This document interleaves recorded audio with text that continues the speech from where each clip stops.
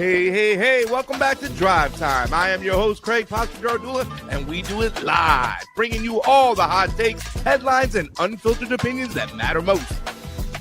Whether you're stuck in traffic, cruising to work, or just chilling at home, we want to hear from you. Today's topics are all about the big stories making waves, but we're not just here to talk at you. We want to hear your thoughts, your experiences, and your take on everything from the latest political debates to the everyday challenges we face.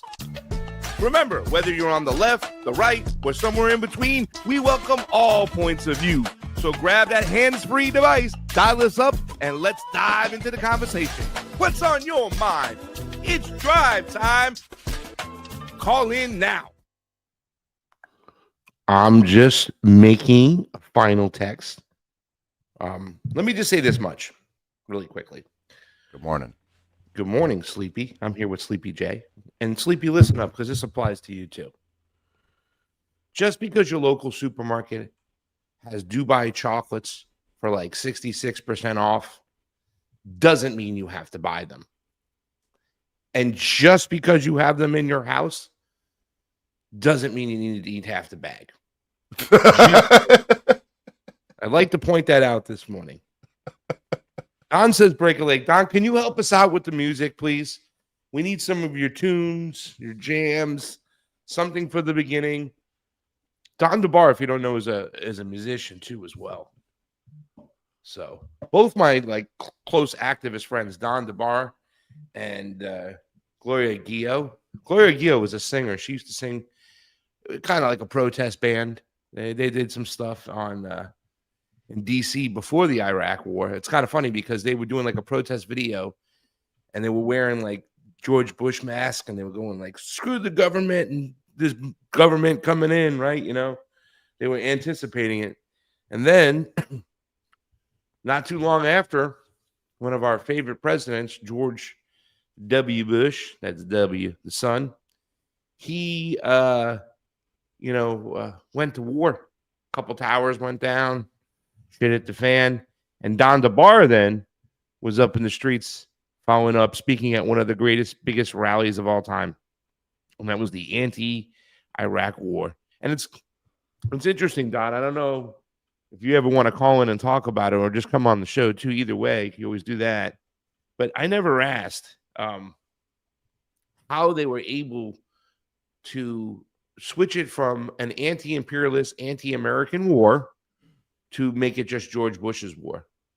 And then go from a society or a bunch of people, because you spoke at that rally, and everybody talks about that rally. They said it was close to 1 million people in the streets in Washington, D.C. You wouldn't know. It wasn't on the news back then. What's that? I remember it wasn't even on the news, none of it. Of course they would hide that information. They hella hid that shit. I remember it was nuts. Like, there were so many people on the street, and like news was like, oh, hey, it's a normal Tuesday. Sleepy, when you say the word news and you're referring to the mainstream media, can you do it like with air quotes and like the raccoon from Guardians of the Galaxy? Like, it wasn't even on the news that day. So it wasn't. It wasn't on the Stenographer News Network. Yes, the stenographers didn't have it on the news. But anyways, I heard that rally was like 1 million people in the street. And I heard it was like an anti-war protest against the state. And then somehow the social engineers were able to make it about Democrat versus Republican. And that's why when George Bush came in, a lot of people were like, they weren't screaming lock her up. They were screaming lock them up. And they wanted all the Wolfowitz, the Rumsfelds, the Dicks, a lot of Dicks back then, especially one Cheney. They wanted them to be accountable and go to jail, right? But instead, Barack Obama kind of doubled up what the George W. Bush administration was doing. Tortured some folks. In a way, not even just doubled up, like intensified lawyers coming into the White House and seeing ways they can, poke holes in the Constitution, where they can push against the Constitution. And they had a lot of lawyers come in. So I'd like to hear about, because that rally, Sleepy, that wasn't on the news that day. Supposedly people say it was the last time the government was scared of us. Your thoughts, buddy? I think that's accurate.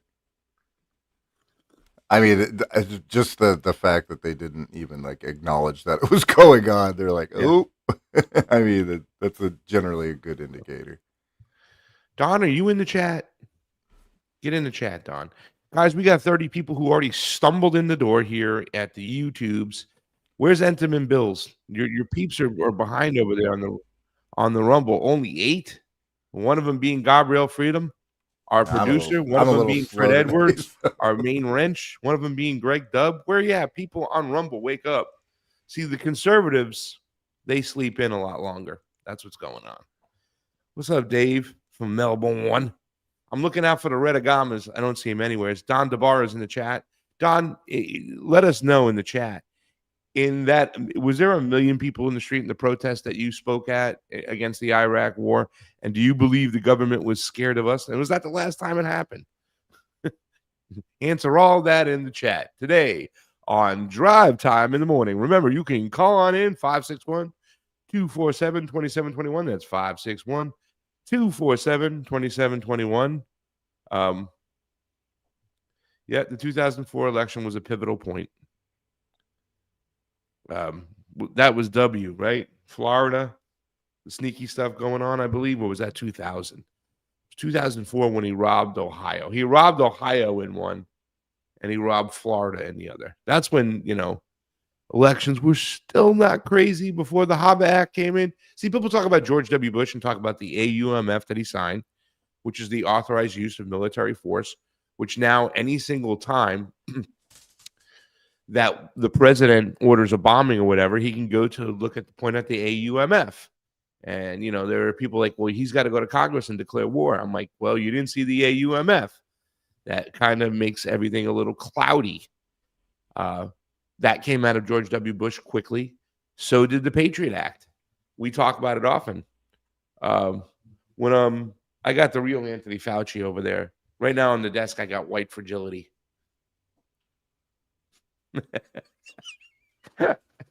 Well,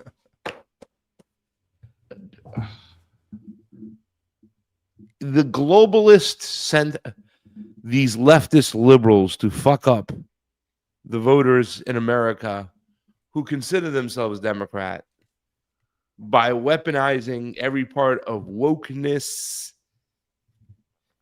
and other bullshit. I understand why some of my friends like Caleb Maupin, are so frustrated and ridiculous, like with the left.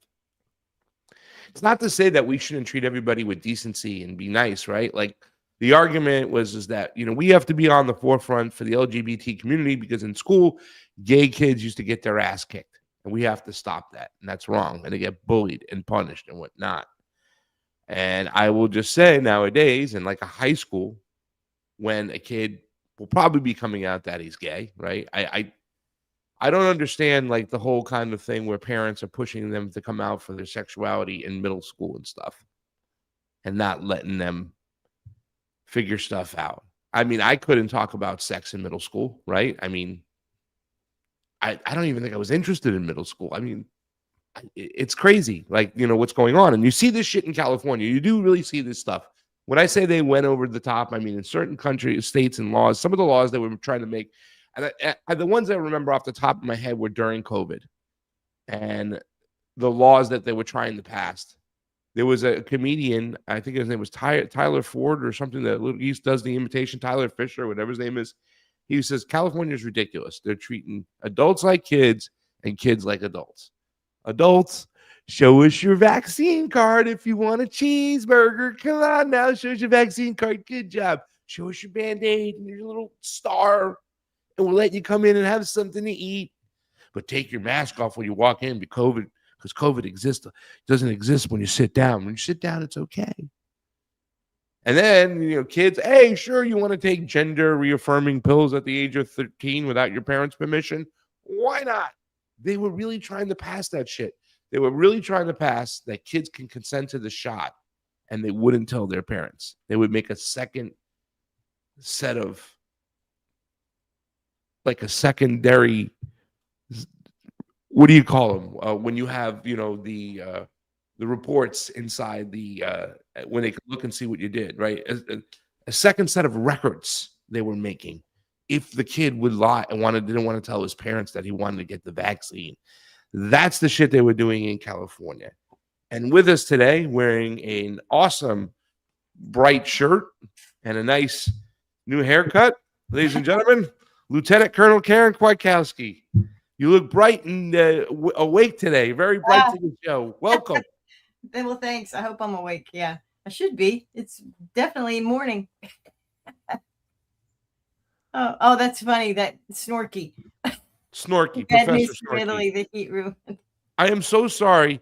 He says we're having a rough time this morning, and I thought somebody was in distress, but it's bad news from Italy. The heat has ruined all the Parmesan cheese. It could be without a while.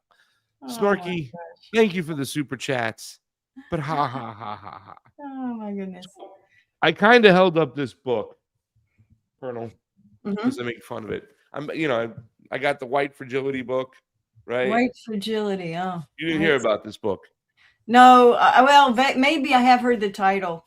I don't know. Okay, Yeah. Why it's hard. This is the other book I hold up to make fun too.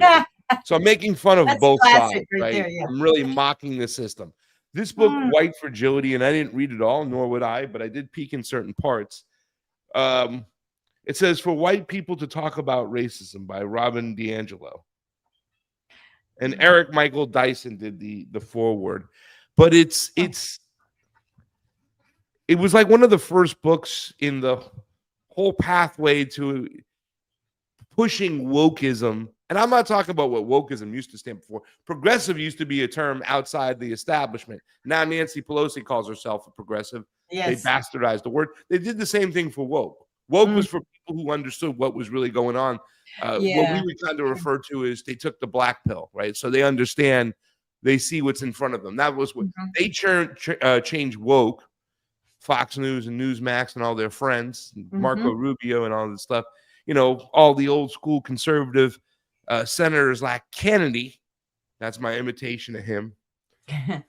Did you hear when he said, these people in Iran say death to America, and they want to drink the blood of our soldiers from their boots?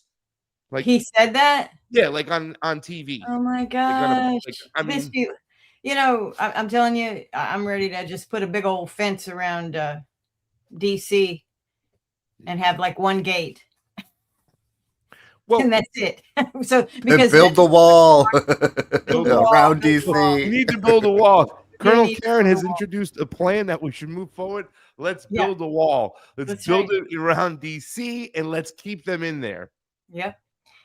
And not let them legislate anymore for us. I was talking to Brandon Weichert, because he stands in for Mario all the time, and he's like he focuses on.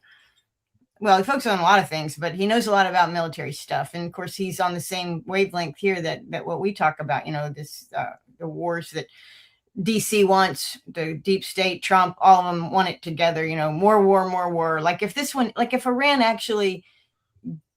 Trump actually accepts the off ramp, which he has to, he almost has to, he's still looking for something else. He's looking for, they cannot be satisfied with peace. They will not, DC will not tolerate a focus on just our country. And probably they're smart too, because once we start really thinking about our country and what has gone on here and what is going on here, we're going to hate DC even more than we hate them now. So at least with war, they can say like, oh, we're preventing them from drinking the blood of American soldiers with their boots, and that's just stupid. But at least it's something they can point to. Once they have no war, the state's going to be in big trouble. DC, they will build a wall around it. But we were talking about, the well, and you've probably talked about this too. Everybody knows it. I think it's something like 6 or 7 of the most wealthiest counties. You think, oh, well, it must be New York. It must be, California or something. No, most of them are right around DC.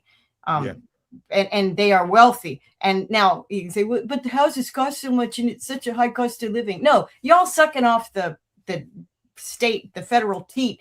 And Brandon called them parasites and parasitical. And I've done that too in writing and obviously when I talk, but that's a big insult to say that, to consider so many of these people that are part of the warfare state, which is the only state we have. I mean, it'd be nice if you say, well, we have a warfare welfare state, but we really don't. I mean, there's a lot of like Social Security, if you want to call that welfare. I mean, people did pay into it supposedly. I mean, at some point, but been taking taxes out of everything my whole life, so it had to go somewhere. Yeah, but I mean, but really, we're mostly a warfare state, and the welfare that our industries get really is the best if you can associate it with warfare. So you get your military industrial complex. Then you got also big pharma. But what is big pharma into? They're into bioweapons. I mean, now we can go back and talk about how COVID came about. What they be doing? You know, what is it? Chain of what is it? The advanced capabilities of the of viruses. You know, what are you doing making viruses more contagious and more gain of function you're talking gain about? Of function. Yeah. I mean, what's that for? Well, we do gain of function because the DOD wanted to be able to really see, you know, okay, DOD, that's your problem. Pharma, get out of DOD. Yeah. But again, we got Donald Trump, by the way, not to cut you off, Colonel, but really important while you're right there, gain of function, no, gain of Fauci. Somebody has that with Twitter. But once again, just the ringleader, guys. Other people involved, and you know this goes back to when the Rockefellers figured out they can use oil to make medicine products. They rewrote and took care of everything. It's like, okay, the humans are lab rats, and we will make money off them, even if we got to tax the state. And I was going to make a point about we were talking about gain of function, the military. Very important point that Donald Trump signed an executive order in September of 2019, which allowed the DOD, DARPA to merge as a task force to handle viruses or, you know, moving forward, flu-like viruses was even specific to that. So the blueprint was put in place and the avenue for the COVID protocols to the vaccine were signed into order by Donald J. Trump. So don't tell me, ladies and gentlemen, that this is all about just Fauci and that Donald Trump bragged about taking the vaccine. And, you know what I'm saying? He told people with Bill O'Reilly to go take it. Operation Warp Speed. Yeah. Colonel. Oh, yeah. I mean, and actually, this is what killed me. Well, so many things were surprising about that, even though we kind of knew, you know, people are going to do what the government tells them. But I thought the Democrats, this is the last year of Trump's term, the 2020 year. So COVID had broken out, right, in early 2020. Then that was Trump's last year. He does his warp speed thing. The Democrats were on the right side of that one. They said, we're not taking anything Donald Trump develops and forces on us. And that was good. Yeah, but then they forced the same vaccine as soon as they got in office. They were saying the right things, but it wasn't internalized. You know, they just said, well, we hate Trump so bad. If he tells us to do it, we're not going to do it. But if Biden tells us to do the exact same thing with the exact same poison, with the exact same mandates and authoritarianism, we'll do it if Biden tells us. And they didn't even, come on, seriously, these politicians, who really likes them? Who really likes them? You know, I think, you know, we look back to Kennedy and we think Kennedy was likable, that people liked him. But you don't realize that was a very tough election that Kennedy won, barely won. Nixon. I mean, and then they went around the country in a van together, in a bus. Well, not together, two buses, debating for the people to see. And if you ever go back and watch those debates, Nixon's no dummy. Nixon is no dummy at all. No, and there was some really, I mean, I wish we would do that again. That was a battle of ideas. And truthfully, Colonel, as an election integrity activist who's looked into this before, Nixon won that election. Well, I'm not going to stole it. His daddy got involved. I mean, there was a lot of dead people voting in that particular election. Yes, there were. Yeah, and this was long before electronic voting. You know that we talk about. You know, the black box voting and stuff. No, it's true. And also, you can't.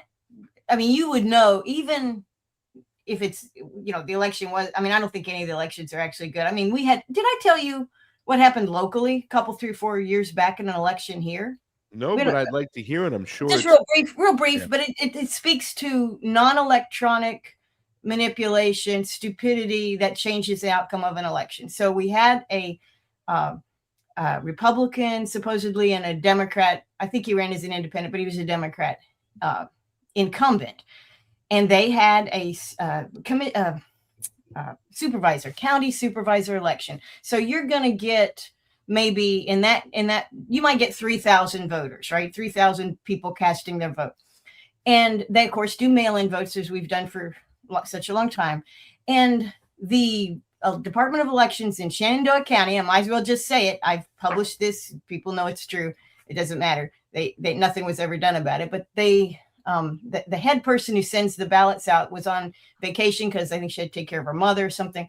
And the secondary guy was responsible for it. And he sent absentee ballots for this particular district out to voters in all 6 districts. Okay. There was about 75 or 80 ballots sent out, and many of them were not to the district. And people returned those because they didn't know any better, or they didn't, or they did. Anyway, that election was, I think, something like 17 votes from apart, 17 votes away from getting rid of the incumbent. And I think something like 50 absentee ballot votes were returned. And they said, we have no way of tracking where these came from, but we sent them all over the county. We shouldn't have done that. But instead of owning it and running a new election, they just buried it. And when it came up later, they talked to the candidates. Actually, they talked to the candidates shortly thereafter. They found out pretty early. And the candidates said, oh, well, whatever. And the one who was the challenger had a stroke midway through the he was kind of like Fetterman in a sense, but not as bad off as Fetterman. But he had a mild stroke and he couldn't really campaign, and his decision making was, he was in a weakened state. And so they said, yeah, we're just let it go. I'm not up for another rerun of this thing. Whatever. I don't know the details about that. But what I'm saying is, whether that was a mistake or whether those were, and this is a Democrat, we're in a Republican county, but the Democrats populate the voting office. And so the suspicion was, and this is the part I can't prove, the suspicion was that they sent these ballots out to people they knew that would return them and vote for the incumbent, because he had friends all over the county. Now, they probably didn't do it, probably just a dumb accident, but these things happen and they sway elections, okay? It's not proper. And if you had been, as an election observer, and you found out about this within the time frame surrounding the election where we're still counting votes or whatever, you could have put a stop to that. That is improper, okay? That is against the law, but they did. So, I think we might be going to Brazil this year. I'd love for you to join us because I'm trying to get different people to come to these elections. No, I mean it's interesting in Brazil what we did last time. There's different ways about going about it, and I could explain it to you. But I think you would you'd love it because you get to also, while you're there, right? We're there to observe the election. So every day, like a week leading up to the election, you do check out campaign events, and you get to see and get the feel of how people are voting for which candidate and why. And you get to talk to people and activist groups, and it's a different country. For instance, let's say for Brazil, last time I was there, you're going to meet with election officials. You're going to ask everything about the election system. You're going to learn that stuff. And then on election day, you're going to observe, and you're going to observe the whole process and stuff. But it's just this amazing thing because in these other countries too, as well, there's a lot on the line, and you can always kind of, as Americans, sense where's the American influence coming from. And you can always feel that. You kind of get a sense who they want. You can look at the press and they're saying it. I mean, when I was in Nicaragua, just watching Joe Biden and his comments and the media talking against, Daniel Ortega was so interesting and so intriguing because it wasn't valid. It was just a bunch of hot air. And then their election experts that they put out, some on the ground and some just writing from behind the chair in the States. It's very cute because you don't know what you're talking about. And it's great to combat that stuff. But just to observe these things is awesome. And I think you would really love it. But let me just say this much about the story you just told me in the election. You told me that happens all the time, different places, whatnot, and you never know and stuff. Yeah. That happens within the Democratic Party and their local little runs for like their delegate positions who decide where the money goes and stuff. Wait. One of the things, real quick, and I'll hand it over. Okay, yeah. One of the things to do is to clout the system as much as they can to allow the counties to make their own rules and decisions. So therefore, you never have the same system. It's never uniform, especially in a general election. And that's the craziest thing. When you go to Brazil, Colombia, Nicaragua, all these countries, general election, one system across the board. Right? That you have to give the people that. If they're voting for the president, it should be one system across the board.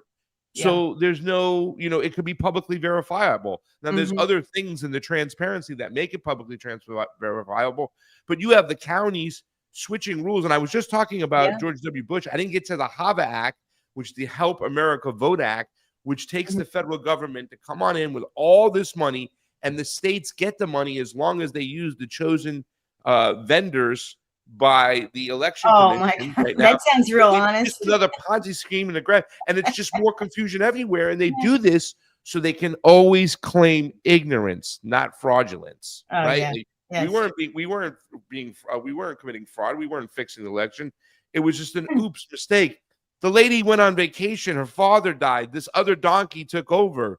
Yeah. So what if he mailed out 50 or to 80 ballots to Democrats that would vote for the incumbent? That was by an accident. You know, they always do that, Colonel. Yeah. Yeah. And that's what they're trying to do. You Yeah. had a No, comment. you Let me mentioned- let you you go, and then I'm mentioned- going to put up my tweet because I have Yeah. a serious question I made, and this is the question I want to bring to you today. It's an important discussion out there about what we do, what's going on with the guy who's sitting in the White House and whatnot.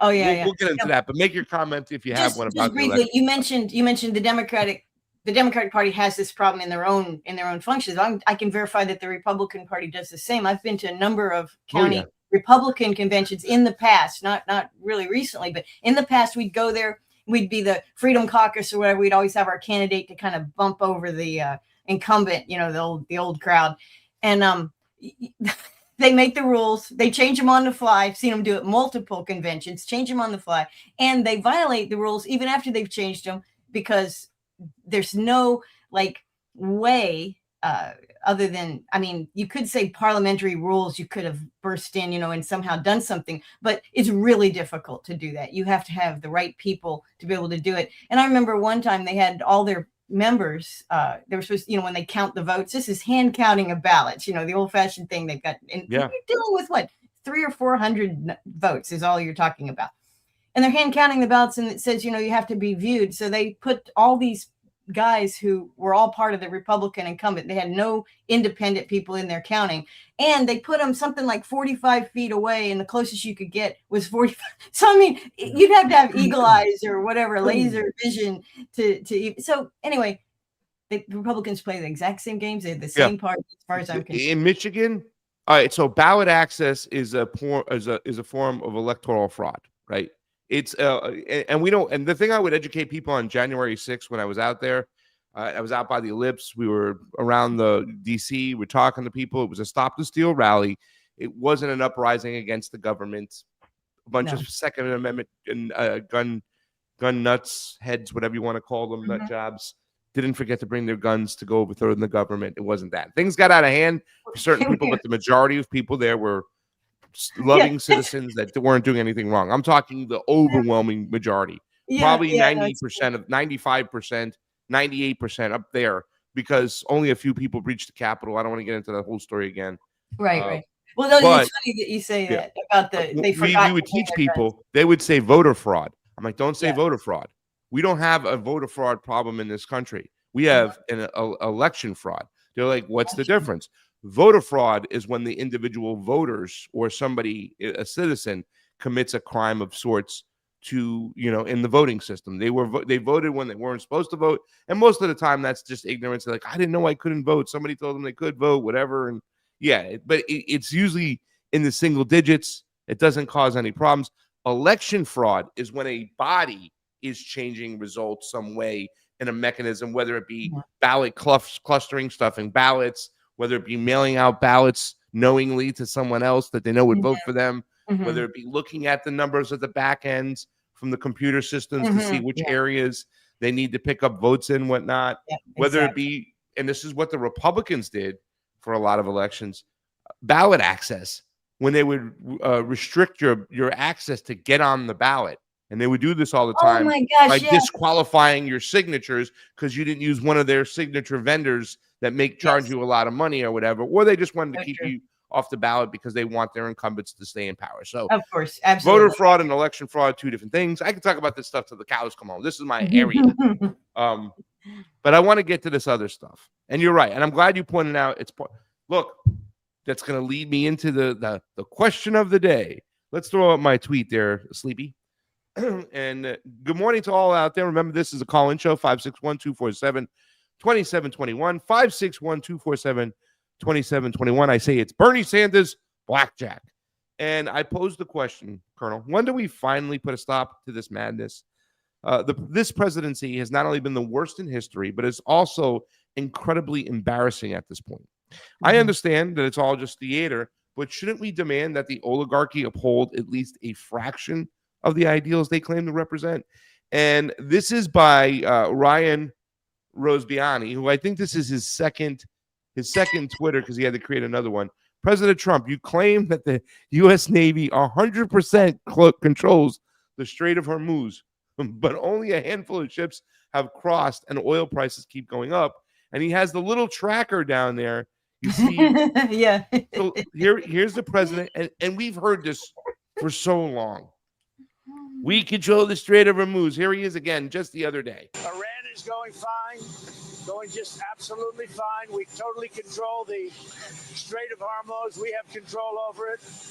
Nobody else, only us. Our Navy is unbelievable, and things are going great for our country. Go ahead. Iran is going fine. I mean, every piece of that, every bit of that, every chunk of that, Colonel. And I get it.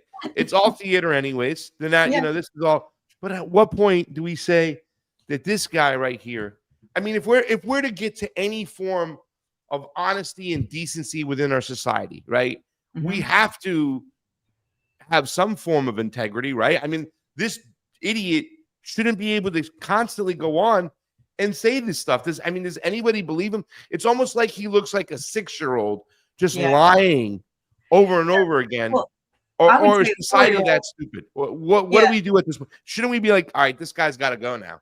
He's got to fucking go. Well, I think so, but it is the theater. But he's not. He's the beauty of it is, I guess, is we can spot check or fact check this guy almost in real time. You don't have to say like, Mr. President, I think it's not true. No, you just have to put up the live tracker of ships and then look back in the past 30 days and see what's been happening. Yeah, that strait's closed, buddy. And it's especially close to American ships. And oh, by the way, that includes American naval ships that you're talking about. They can't go in the strait either. So anyway, they have to keep moving back and out of the range. I know it's terrible. And really, it is embarrassing as the globe is filled with nations, and nations have governments of all different types, and they have spokespeople. They have their standard bearer. It's supposed to be the guy you elect. He's your public face of your country. What a disaster.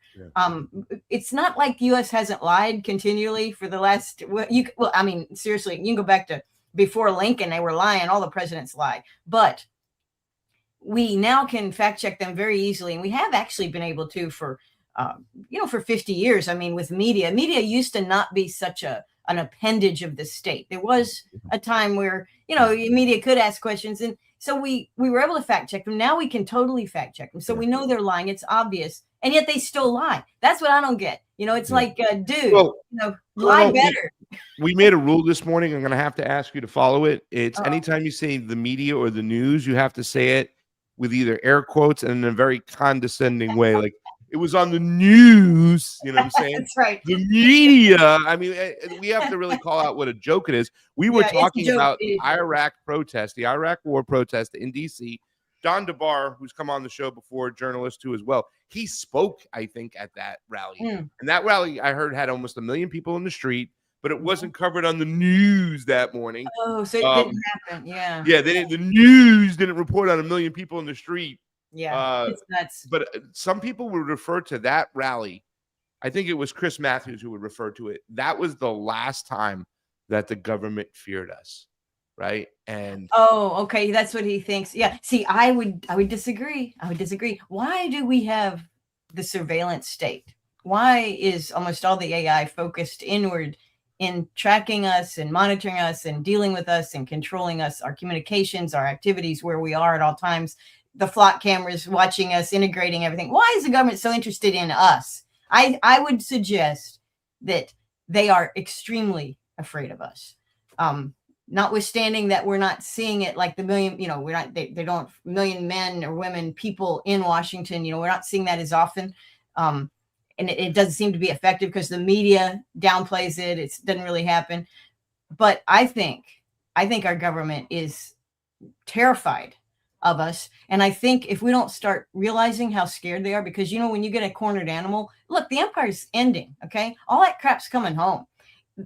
And who are we going to blame when the empire comes home? Because the average American didn't vote for empire. Average American didn't want all these wars. Average American didn't want to pay, you know, $40 trillion in bullshit money for wars. No, average American, we didn't support that. So when it all comes home and the bill that comes due, which is drastically reduced economic opportunity, poverty, starvation, pollution, bad government, police abuse like we haven't even seen, and we've seen plenty already. When that comes home, we're not going to say, oh, it's the price of a war. It was probably okay. No, we're not going to say that. We didn't support these wars. Nobody did. All the presidents who have been elected in my lifetime voted, swore they would keep troops home and not go to war. I don't care, Republican, Democrat, whoever got elected, it was always the most aligned with peace candidate. The one who promised the best story of peace got elected, and then they immediately went in and screwed the pooch. Well, they, you know, genuflected to the deep state. They also conditioned the nation. They gave us a lot of G.I. Joe and like everything. The Thundercats were, you know, they got the kids' mind thinking that, you know, it was Captain America going around the globe fighting these wars for human decency and rights and peace and justice.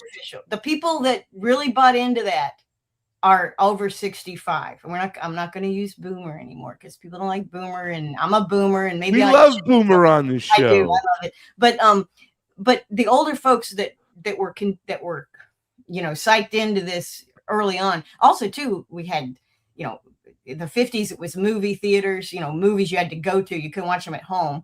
But now our consumption of entertainment and our consumption of narrative is very distributed, very diffuse. So government has a hard time getting us. They have the older folks because we were brought in, you know, we were brought up a certain way, so we're inclined to see it. So, for example, I don't know who watched Top Gun Maverick. Okay, I guess it was pretty popular. The remake or the first one? The remake. I didn't see the remake.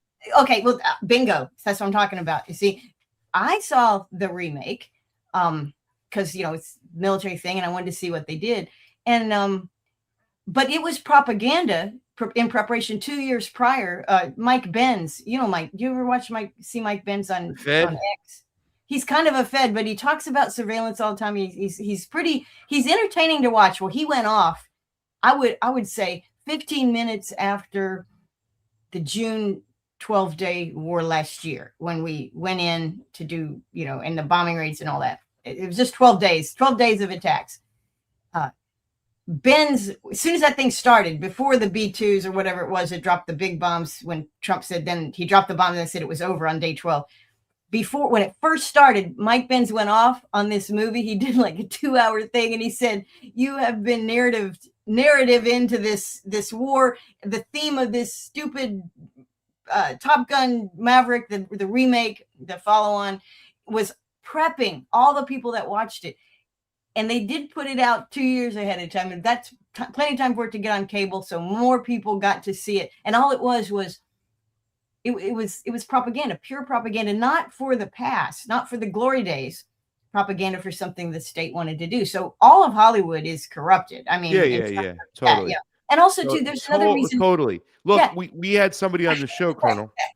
And by the way, I think that since we're going to make fun of the word media and news and media, we can use the word boomer and we can celebrate it. We can make it exciting. Every time we say boomer, we can say boomer.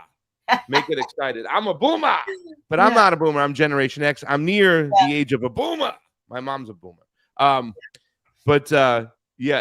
Listen, we had somebody on the show too as well, Anthony Imperiol or Miguel Santiago. I can't remember which one, but he sent in an article.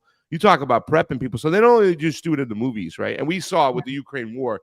Sean Penn, you know, giving Zelensky his Oscar. Man, did I really want to, you know. Growing up, being an Italian guy, it used to be, which one are you, Al Pacino, or are you team Pacino or team De Niro? Now I can't stand the both of them, but I do have Judge Napolitano and Gerald Salente, so I have Italian guys replacing the old Italian guys. But Anthony Imperiol talked, I digress, that in church, the day we started our bombing campaign in Iran by bombing a school full of little girls, that day in the Catholic churches, they were reading and talking about and this was in the liturgical calendar. They have a calendar that goes across the board. So if you're in Detroit or if you're in Zimbabwe in a Catholic church, chances are you're hearing the same passage or homily, whatever they want to call it. And it talked about bless those who bless Israel, that kind of thing. So they were prepping people in the churches, not just on the movie screen, but in the churches. It's true. For this stuff. The churches historically, throughout history, churches are, particularly Catholic Church, just before the Protestants came out or, separated from it or whatever, but they are power centers in their own, and the government either corrupts them, co-ops them, or allies with them if they need to get some. And that's historical. I mean, Henry VIII, they say, he wanted to marry his second wife or whatever, and the Catholic Church wouldn't let him. So he started the Church of England. It was way more in depth than that. Okay. Because Henry VIII wanted to do other things other than have multiple, have serial wives. There were other things he wanted to do that the church at that time, not the Catholic Church, just the church in Europe, would prevent him from doing it. It was a power structure that was beginning to grate on Henry VIII and the power structure in England. So they made a new church. What did they do when they made a new church? Well, that's my church. I control it. So, I'm all for religion. And people talk about, the Bolshevik Revolution. Probably this is the one area where Dave and I agree. Dave from Melbourne, our caller, but we can talk about that stuff. I think it's important because, and this is an area where I get like a little upset when I love Douglas McGregor, but when he starts talking about the old Russia and Stalin and this whole situation, a lot of people like Candace Owens and Nick Fuentes and Stu Peters, and I had this argument with Leandra Johnny, the comedian. She's awesome. She's amazing. But they talk about when the Bolsheviks, destroyed all the churches or closed the churches. Yes, because the church was the oppressive arm of the monarchy. They were aligned together. So they weren't closing the churches because they were anti-Christian. They were closing the churches because that's where their oppressor was out there, was the arm of the monarchy. And he used the church. The churches have been used, like you said, throughout history. Well, and also, anything, and I would say the Bible, both Old and New Testaments, have plenty of stuff in there about how love of money can be corrupting. And many of these churches, when they get big enough, prime example, not pick on the Mormon church, but that's like one of the wealthiest entities on the freaking planet, is the Mormon church. Well, okay, that's cool. But you think about it, then, corruption follows. And I think I think you can go beyond even the Old and New Testaments. You can look at, I'm not an expert on them, but I think most of the global philosophies warn against becoming greedy, and just, I'm not saying wealth is bad. You need wealth. Wealth is good. But this obsession with accumulation, it's a problem. It's why we're in the system we're in, Colonel. That thought process that Sleepy, what do we call people? Temporary, imaginary millionaires, right? That's temporarily embarrassed millionaire. What is it? Temporarily embarrassed millionaire. Yes. I mean, that's why people buy into the system, because they can have, if they work hard, put their head down, that they think a lot of their neighbors are idiots, that they can make money and they can have more than others, so they want to buy into that system rather than think what's best for society and stuff. I mean, I don't know why Christians shun some of these kids who call themselves socialists at times. It's bad, too much control and stuff. What do you think is going on right now? We have a fascist government, and once again, I'm not here to bastardize capitalism, but I don't ever see a situation where it doesn't kind of like at least morph into fascism. So, I mean, what are you talking about? What's wrong with saying, isn't it loving and Christ-like to say that we should help the poor, that if we could put people in housing, if we could feed people, why not do that? Why not create a system where at least everybody has a roof over their head and a hot meal every day? I mean, what's wrong with wanting that and thinking that that's possible? Well, now, I'm not saying that, we shouldn't examine the methods on how to get there, because I think a lot of these ideologues, and a lot of them want to hand over all power to the state. And that's a problem, right? We have to have a good balance there somewhere. But why is that a bad idea? You know what I'm saying? Why is that awful to think that way?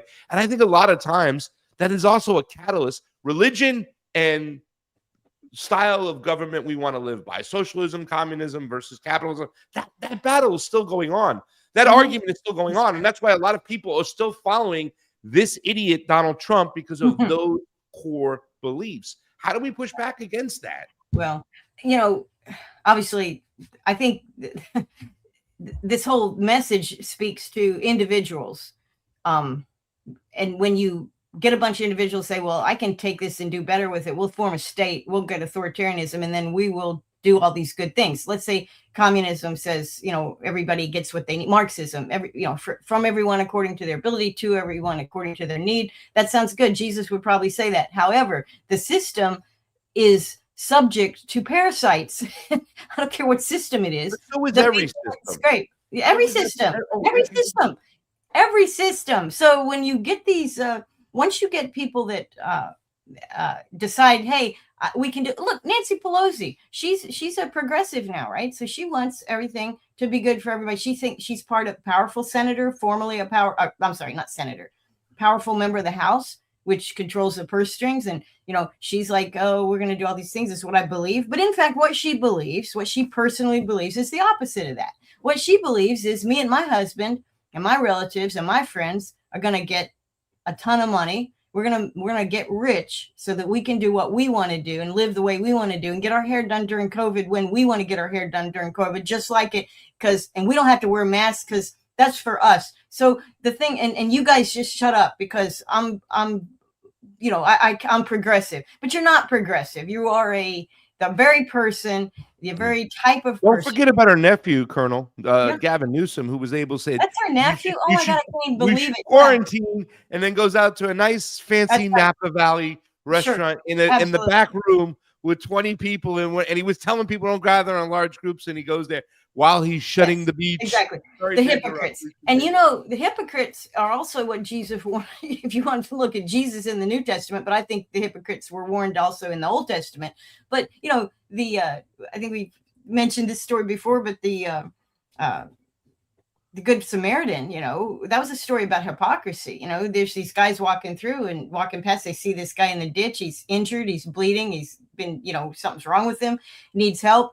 And all these people who preach how they should be, they don't care what they preach. Right, that's just for the words. They walk right by. They don't do it. So my problem is really we, the people individually and as the groups, need to heal ourselves first, instead of thinking we can jump the line and get a government to do what we say is right. Because the government's filled with the same rotten, hypocritical. Okay, but listen. All right, so if we dissect this down, and by the way, people, I feel like I'm the phone caller calling in and asking Karen the questions. 561-247-2721. 561-247-2721. Sleepy, be on the lookout for Tiffany Cianci. She should be here in 12 minutes. Tiffany Cianci does she's got a great TikTok, got a great Instagram, does a lot of great research, did some good research on Luigi Mangione, does a lot of research on Maha. We're going to ask her about Maha. We're going to ask 3 questions. What was Maha supposed to be? 1, 2, what did Maha become? And 3, what do we do now moving forward that don't mean to ruin the movie for you since it crashed and burned? There was another sheep herding operation.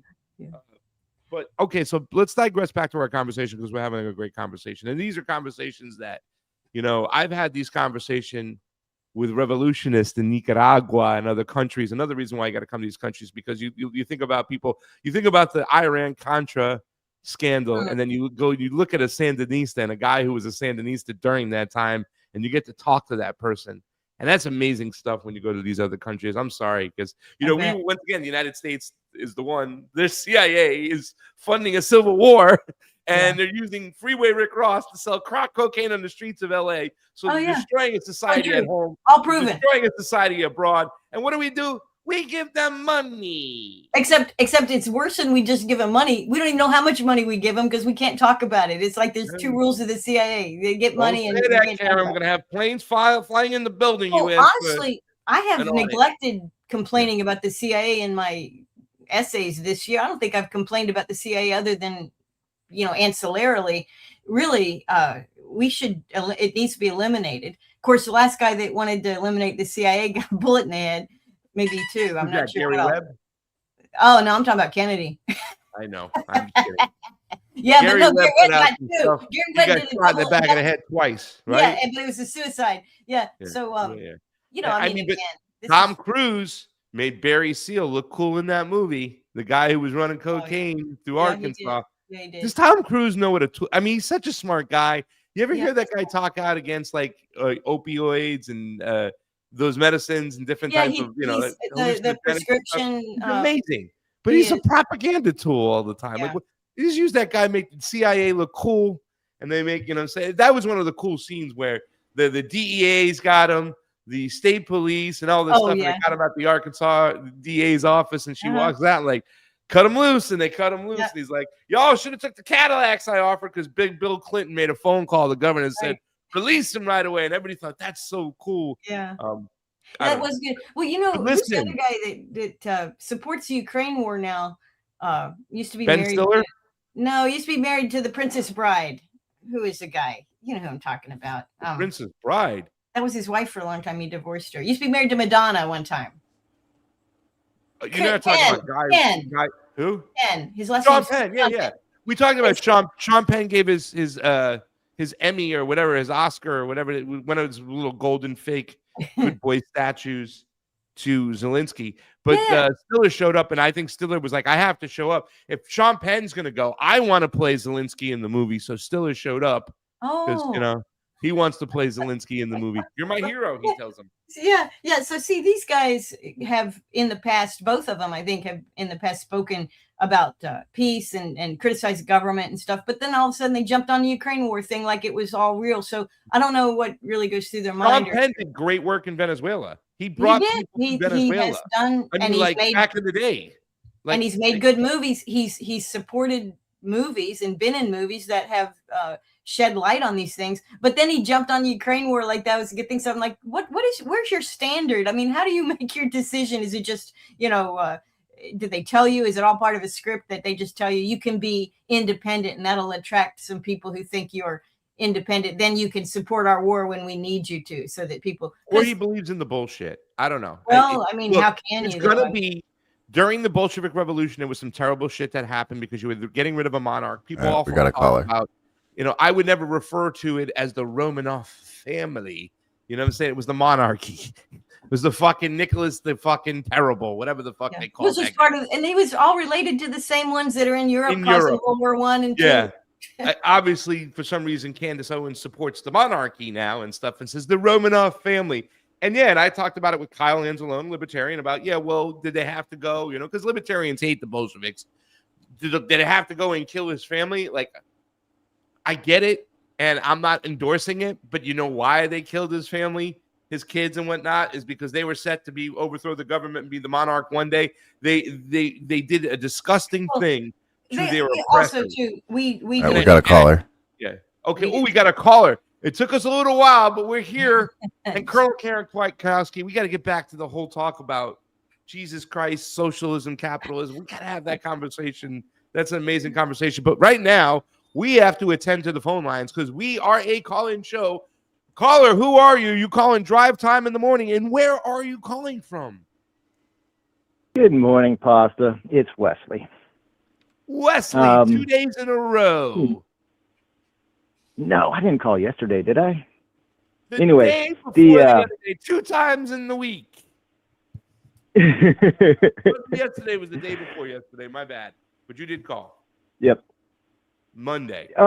Oh, you've touched on so many good subjects, from election rigging to false media twists and to World War II, World War One, like Romanov family, and I could talk about all of them.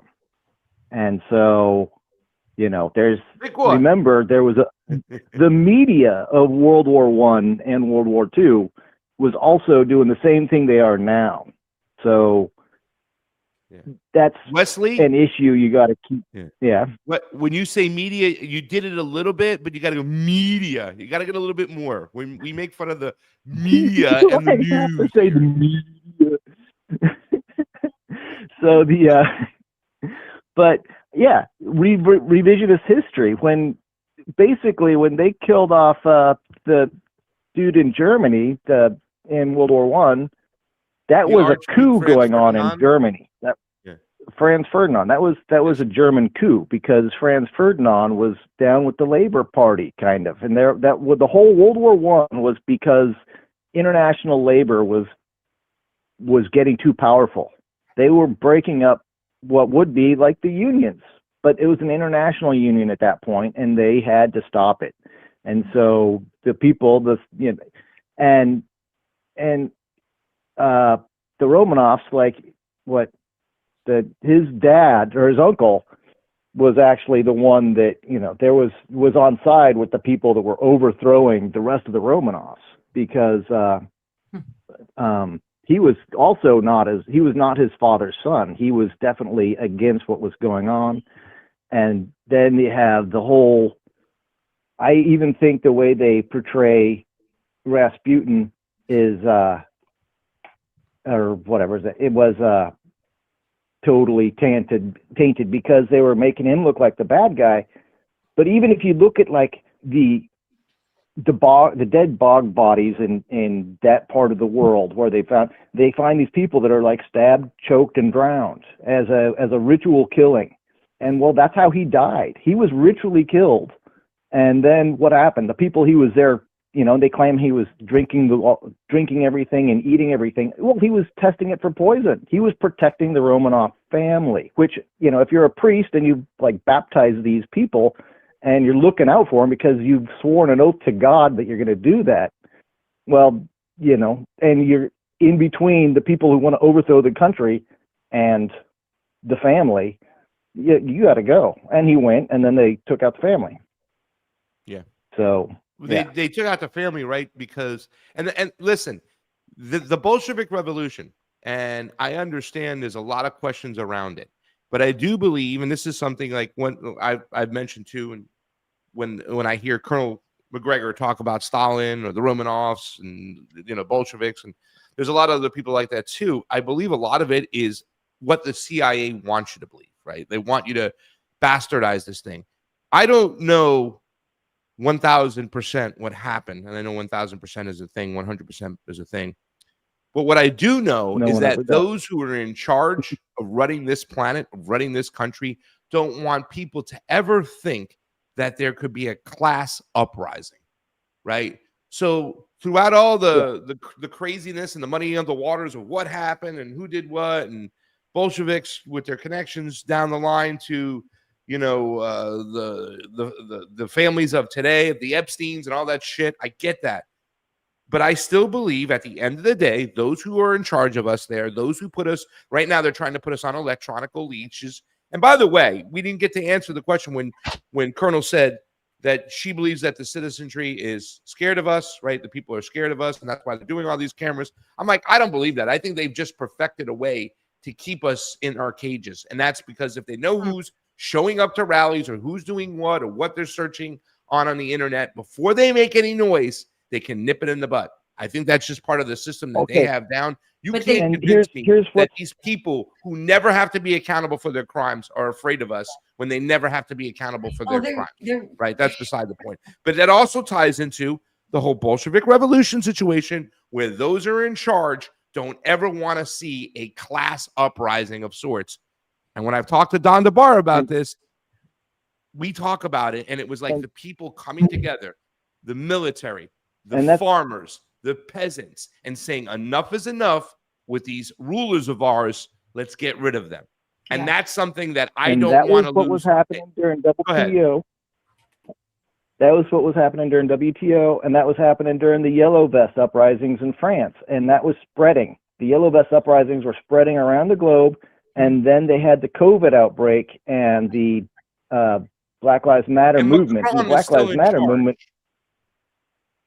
What's that? Macron and his cronies are still in charge. Well, I know, but I'm just saying the Yellow Vest movement was coming to America, and that whole thing got nipped in the bud by COVID and the lockdowns and Black Lives Matter movement in America, and it didn't go global. And that was, I think, what the whole thing, I think that's why they did COVID. Mm-hmm. Makes a lot of sense. Yeah. Does make Yeah, I a mean, lot of sense. And Black COVID Lives hadn't been Matter done. They never might not asked for have. They might not have been Black Lives ready. Matter only asked for things they already had. Say that one more Yeah, time, and then we'll let supposedly. the Colonel speak. The Black Lives Matter movement, they were asking for things they were already promised, like guaranteed in the Constitution and law. The fact that our government wasn't doing it then, it's like, oh yeah, we killed people for whatever. And there's just so many weird things about that are also a sidetrack. That I think that was part of the reason the Valley Bank got shut down, was because of how that you could follow the paper trail right through there. Colonel? Yeah, I mean, I'm informed by libertarian class analysis, which is not Marxism, but has it. I think when you look at it, you're talking about a power class that has hijacked the authoritarian controls in the military, and so this is when we talk about World War I and the system of monarchical rule and these families exploitation whatnot. It's applicable in that scenario. So there's that. And then I think the government's scared of, it doesn't take too many people, really. 1 million, 2 million, 10 million. It doesn't take much to mess up this house of cards that we have in this country or in any country. We have these color revolutions. Our own CIA works these color revolutions. They strategize and work with, fund. They flow money in because we need to get people on the street in order to, put people in charge that we want to have in charge. Right now, they know that works. That's why the CIA does it. That's why we spend literally billions of black dollars meaning hidden dollars, hidden from accountability and any visibility by the American people. We spend billions of these dollars, dark money that they've extracted from the working class, pretty much. We know what she was saying. Yeah, but why do we do that overseas? Why do we manipulate elections and do that? We do it because we know the power of the people works. We want to manipulate that power. I think they're afraid of Americans because there's a bunch of us. We share kind of a sense of being, if not impoverished by government policy, we are at least weakened and limited by government policy. We're disrespected by our government. We're supposed to have a republic, but it represents nobody in this country. So that is ripe for a color revolution. Unfortunately, no other countries are big enough or interested enough in funding our color revolution, but the CIA knows it works. So they are afraid of us. This is why they have to use technology to monitor us. They cannot afford for anything bigger than even a couple thousand people getting together on something that might resonate. This is why they hate Tucker Carlson. Tucker Carlson is not marching, but what is he doing? He's giving a platform to a lot of voices that are resonating with a lot of people, and they're all different voices. So it's not like he's forming some. We'll see about Tucker. Like there's a lot of people we talked about today. I'm very suspect. Look.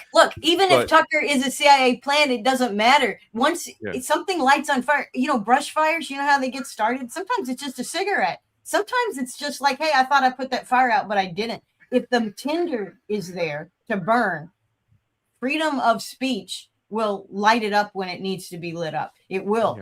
Our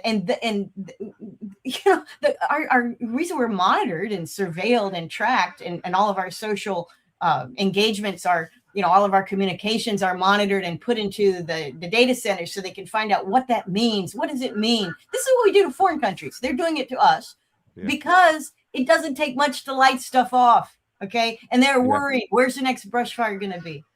Anyway, I think we'll see. We'll go ahead. We're gonna let Wesley talk, but we'll see, because to me, I'm very nervous about him pushing JD Vance, and I think that's part of the setup. And we'll see though. But when conversations are had that need to be had by people who need to have them, and it's unusual for people in the media to have those conversations, but Tucker's doing it, I'm going to cheer it on. But still, once again, being very cautious. Wesley, take the last minute, 60 seconds. Put a bow on this, and then we're here with our guest, Tiffany Cianci's here today. We're going to talk a little bit of Maha, guys. If you want to call in, 561-247-2721. Wesley's calling in, second time in a week. Wesley, put a bow on it. Take the 60 seconds, my friend. Tucker Carlson said that he worked with the Contras down during that. So was he part of Iran-Contra? I don't, what exactly was he doing with the CIA at that time? And I don't think he stopped. I don't know what else was going. Like, there's all the same people. It's the same group of people that were involved there. And then you look at Jesse Ventura. He was Green Beret. So what coups did he take part in? Because that's what they do, is coups. So, then he becomes governor. And they made him governor by putting him in The Running Man and in Predator and all these other movies, just like they did with Ronald Reagan, who they had in Storm Warning, and they said, oh, you should run for office. I'd vote for you in that movie. And then, it all connects. If you actually can zoom in and out, back and forth really quick, you'll start to see the shape of things. Wesley, we're going to talk a lot more about Yellow Vest this whole week. We're going to talk more about what we need to do. We're kind of poking around solutions or possible solutions because, Colonel did point out, and somebody else put in the chat too as well, that the citizenry is scared shitless of the oligarchy, right? They're scared shitless of the citizenry holding them accountable for things, but we have to see it through. We're not getting across the finish line. We are at where we are at in society today because we are not, as citizens, getting this shit across the finish line. And I'm not calling for violence. I'm calling for real change. Enough is enough with the team sports mentality. Enough is enough for praising these people like they praise Donald Trump. This guy is a clown, but he just represents a larger system that is running amok. Wesley, thank you for calling on in, man, and thank you for being part of the show. Hey, my pleasure. Peace. Definitely. Florida meetup coming. We'll get a hold of you. Make sure we got Wesley's number, Sleepy. All right. So, ladies and gentlemen, little special guest today, a little fun stuff. I've seen this young lady at the Libertarian Convention. That's why I know you'll love her, Colonel Karen Kwiatkowski. Please meet Tiffany Cianci if you haven't met. Very nice to meet you. It's nice to meet you too. Yes, we met at the Libertarian Convention. We've also seen each other at the third-party debates, Tiffany and I. We've spoke some amazing work on her TikTok and Instagram for Luigi Mangione. I was kind of like obsessed with that case in the very beginning. Not that I advocate for violence at all, but it really made people stop and think and start saying, wait, why did this happen? What's going on? This guy, I would say the pen is mightier than the sword. That particular CEO, his company had probably one of the largest rates of denials of claims in healthcare. So very, very interesting stuff. Tiffany did amazing work, but we're here to talk about Maha. And I already, caller, just hold on for a second. We're going to let Tiffany introduce herself, and then we'll take the call. But I haven't answered. I asked the question, Tiffany. 1, what was Maha supposed to be about? 2, what happened and what is Maha today? And 3, what do people like yourself or people in the medical freedom movement or just independents or people who didn't buy into necessarily what the government was telling us during COVID, or we're not happy with the food supply and red dye and glyphosate, what do those people do moving forward? If we can make Tiffany big on the big screen, and we'll let her hack away. Caller, please hold. You're watching Drive Time with Tiffany Cianci. You just gave me like 7 very difficult things to analyze all at once. So we'll just start at the beginning. And do it in 30 seconds. Just kidding. Let me jump right in. Just kidding. What was Maha supposed to be? Maha wasn't supposed to exist. Maha, what it became was the unlikely alliance between the right-leaning crunchy moms that really just wanted healthy kids and the medical freedom movement that was already very well aligned with the messaging that Robert F. Kennedy Jr. was using in his campaign that just resonated really, really well with women, especially that were mothers across America, but also just people in general that were tired of seeing a very unhealthy America. We have the most unhealthy country on the planet of the first world nations, right? We have the highest rates of chronic disease. We have the highest instances of autism. We have the highest instances of, and a lot of people would try to say that was up to diagnosis. And then you have the medical freedom movement, which is very big in the Libertarian Party. We know a lot of people in common that talk about this, that just don't want the government in their healthcare at all, period, the end. And so it was this unlikely sort of haphazard alliance of folks that were coming together because Robert F. Kennedy Jr.'s voice resonated with them. And he ran as a Democrat and tried, and they forced him out of their primaries by passing a law in 2 of the states that any primary candidate that ran, all of their votes would immediately go to Biden. So he was running as a Democrat on the independent side, where many of the very crunchy moms were actually at. Okay.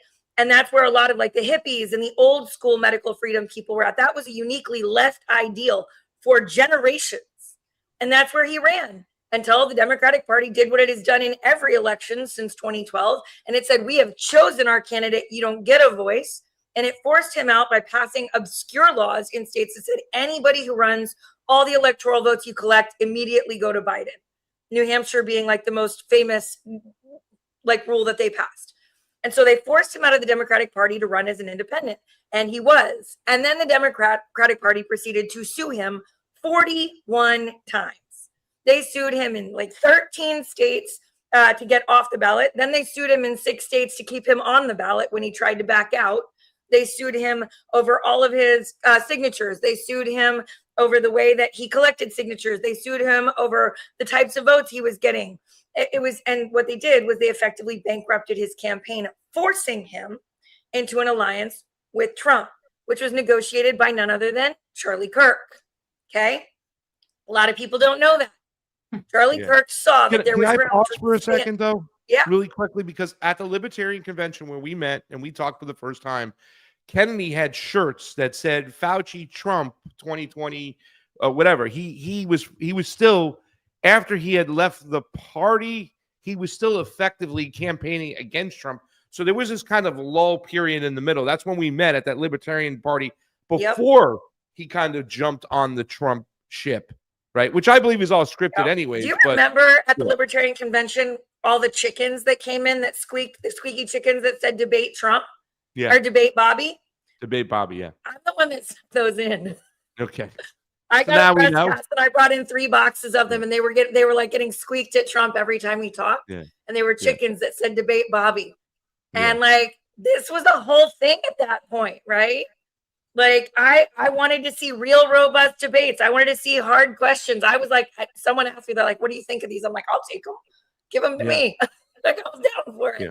Well, people who don't know you don't know your role and how much you meant to that campaign and what you did. See, right now, ladies and gentlemen, as you're watching Drive Time, you're watching Tiffany Cianci, who had a big part to do, like at the chickens at the Libertarian Convention. I remember that. That's crazy. But also me, too, as well. I'm the one who went up when he was in New Hampshire talking to the body, the state legislation, about not moving their elections because the Democratic Party was trying them to get to move their elections. And that was right after the Roger Waters tweet. And I asked him that question about Israel-Palestine, and he said it in the way I kind of thought he would. And at that time, I was supporting Bobby. I was kind of on the Bobby train the way I was on the Tulsi train. But just like with Tulsi, I'm going to ask her tough questions. I did the same thing to Bobby Kennedy. And the next thing I know, that tweet goes viral. And every single lefty, whether it be an anti-imperialist lefty or like Max Blumenthal, they just were all going after Bobby for that. And that's kind of like I put him in a very bad position and put myself in a bad position with Stephanie. What's Stephanie's last name? Who was there? Yeah. I never got my interview that I was promised, but please. I got a bunch of interviews. I got a whole bunch. All right, we got to bring in the caller. All right. Well, we'll let caller hold on 1 second. So just in a really quick second, you have to tell us what we have to do moving forward now that all this is crashed and burned. And what we need to do right now, first of all, is that what people need to understand is that the Republicans rented Maha voters. They promised one thing. They said that they were going to let Bobby run wild to do the things he promised on the campaign trail. And then they stacked the deck all around him with pre-selected people that were hand-chosen by the lobbyists at Ballard Partners on behalf of Pfizer and on behalf of Bayer Monsanto and Syngenta and the other international monopolies. And so what's happened right now is the Republicans rented them. They didn't buy them. And they're about to pay the price in the midterms. What has to happen right now is we have to keep acting, because what we're doing over here, what we're doing is scaring both parties, and we're actually getting things done. And I'll talk about it more when we bring up the Farm Bill, because the Farm Bill is something that we can actually do right now that can make a very, very big difference. So let's talk about that. But I mean, I know we have to go somewhere, but we have to let's get to the callers, because we brought you in so you can face the heat, put you in the corner, get you these callers. If you want to change the screen, Sleepy, let's do this. And caller, you're on Drive Time. Who are you and where are you calling from? I am Abby Do. Abby Do, Abby Don't. I talked to you the other day, Pasta. Yes, you did, Abby Do. Yes, I did. And I feel like I'm derailing the conversation because I was calling for what you were talking about before Miss Cianci came Yes. on. So I don't know, maybe I should just chill. No. If you want to talk about it, Okay. we'll plug it in. You talk about whatever you want, but that's one of the subjects. We'll circle the wagons. We still got 45 minutes. We got plenty of time, so we can hear her opinion too as well, right? And then we can get back into what we're talking about. Don't worry about it, please, Abby. Do. Okay. Well, also shout out to the chat too. My brain is a little fried because I was hearing all this Maha stuff and I was trying to remember what I was wanting to say. You were talking about having a like us as a class come together, and I just wanted to kind of talk about some of those stumbling blocks that that are making us divisive and not be able to come together by class warfare because race is way too involved in it at this point, and that's by design, and people are falling for it more than I would like them to. I'm going to give an example of every time they pass a bill with this really cool name, what's inside the bill is the antithesis of the name of the bill. Yeah. So just think of that concept. So then think of the slogans that we have. Okay, like they were talking about woke. Woke has been around since before white people even knew we were saying that to each other. Yeah. And it only means to be cognitive of what's going on around you socially, economically, in our communities. That's it was a all it positive means. thing. Yeah. And politically, it was a very positive thing. And then after it got exposed that we would say that to each other, they jumped on it so fast and turned it into something that we don't even recognize anymore. We don't even want the word. Just take it. We don't want it. Just like BLM. BLM was grassroots. And then they got these people to create this organization. Yep. The organization got defamed, and now BLM is a dirty word. But it didn't start out that way. And so I wonder, there's so many examples I can give, but those are the ones they talk about the most, correct? Nobody ever talks about the don't tread on me people. They're getting tread on every day. Nobody's like calling them out. What are you doing about getting tread on? Do you remember that? You remember that picture? I call it United Snakes of America. It's like the snake with the 13 colonies. I do remember. Yes, And I know. caption, Yeah. You remember the caption? It says "Join or die." Thank you for reminding me. I remember that though. Yes.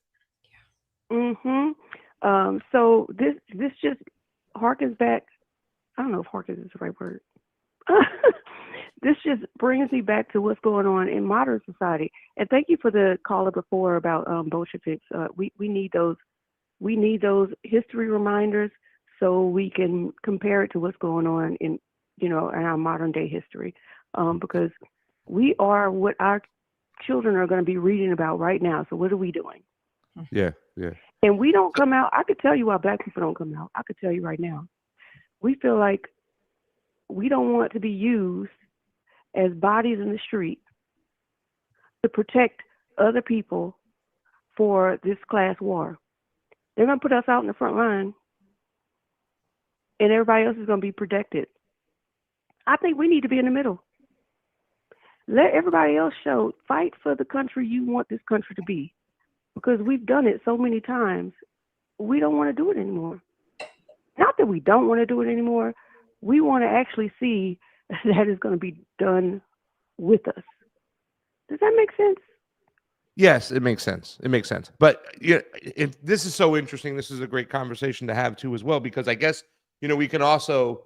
I don't know how Maha really it was very interesting because RFK had a very interesting path. Can I respond to Abby real quick on something? Oh yeah, go ahead. Please. My caller's here. Please. I was the most viral interviews that Bobby did on his campaign trail. We made over 60 viral videos together, he and I. He came on my show When you say 4 Bobby, times. who are you referring? Robert F. Kennedy Jr. Bobby. Jindal? Oh, okay. Robert F. Kennedy RFK. Jr. I'm sorry. We're talking about the I'm in Maha movie, Louisiana, and so I thought RFK. Bobby Jindal. Okay, my bad. No, Robert F. Okay, Kennedy go Jr. ahead. So on Bobby's campaign, Yeah. we made over 60 videos together, and I wrote his white papers on regulating private equity out of homeownership to restore the middle class and to protect small businesses. I wrote his policies. But during our most viral interview we ever did, I told him, he asked me how we could bring people back to the middle and what we could do to unite them in class warfare. And I told him, I grew up in an almost all black foster household. So I grew up with a very, very interesting upbringing. And my aunties that helped raise me, we had a house at 54th and Slauson in Crenshaw. Okay. And I grew up in a very, very, I was exposed to a lot. And I like to remind him that there's a values survey that happens in America every 5 years. And it's done by 5 major universities. And they ask hundreds of thousands of people all across America what values they really care about. And despite all of the efforts by corporations to tell us to hate one another, if you look statistically at the 2 people at opposite ends of your block on your street, statistically, right now, and I'm going to use my block as an example, in rural Western Maryland, where we have one of the most liberal states in the nation, but I'm surrounded by farmers, okay? On one end of my block, I have a house that has a BLM and a pride flag hanging. And next door to me, there's a pickup truck with an actual waving Confederate flag, okay, in the back of it. That is on my block right now.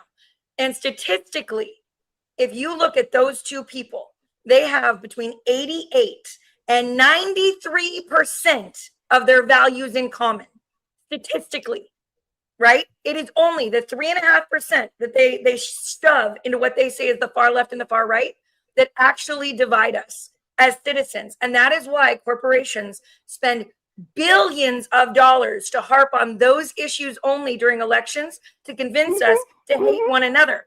Do you want to know what our values are in common with a billionaire? Just guess. Any number. Nothing. 8%. 0. 8%. We have 8% of our values in common with a billionaire and 93% of our values in common with one another. 88% is the lowest. No, I absolutely understand this, but And that's why how they many spend so other much people money to understand this? divide. And Bobby agreed. Your microphone is cackling real quick, Tiffany. If you can pull it out, the cord, you're cracking up a little bit and stuff. But Yeah, Abby, a little bit. I couldn't hear her. So I absolutely Oh, you wanted to say something, Pasta? No, I was going to say I'm going to let you respond, please. Oh, okay. I absolutely understand this. I'm not sure how many other people understand this. That's my point. It takes me back to the Lyndon Johnson statement. If you could teach the poorest white person amongst us that they're better than a black person, you could always pick their pockets. It's like there's this hierarchy system that is like Joy DeGruy coined it post-traumatic slave syndrome, which affects all of us in this society. This society was built on a hierarchy, and that's where people are comfortable because that's what they understand. That's what they know and they understand. And to provide equality seems like oppression to a lot of people because they're like, no, I'm supposed to be over here, up here. You're supposed to be down there, and you're supposed to be okay with that. And if you start climbing above me, that's going to be a problem. But let's just face it, the only reason we are where we are now is because they were pissed off that a black man won the presidency. I'm just going to put it out there. They corralled them around racism to say the immigrant is your problem, this person is your problem. And I'll even give you an example. The Spain, all the migrants that are going, they're not even going into Spain. They're actually in North Africa.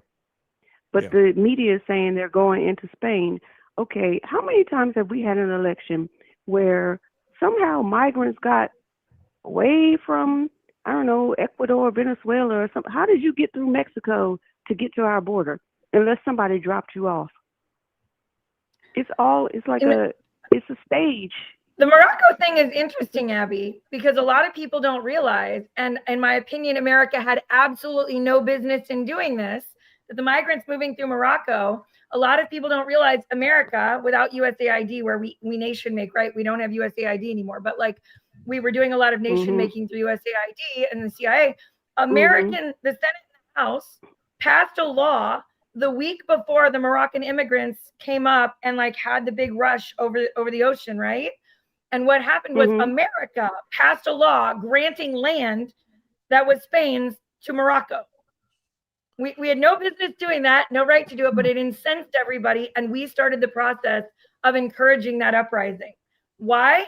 Well, in my opinion, we did it, and this is just my opinion, because Spain was the first country that told Trump our planes couldn't land there to refuel because they did not support what was happening in Palestine. We thought they were going to cheat over the World Cup.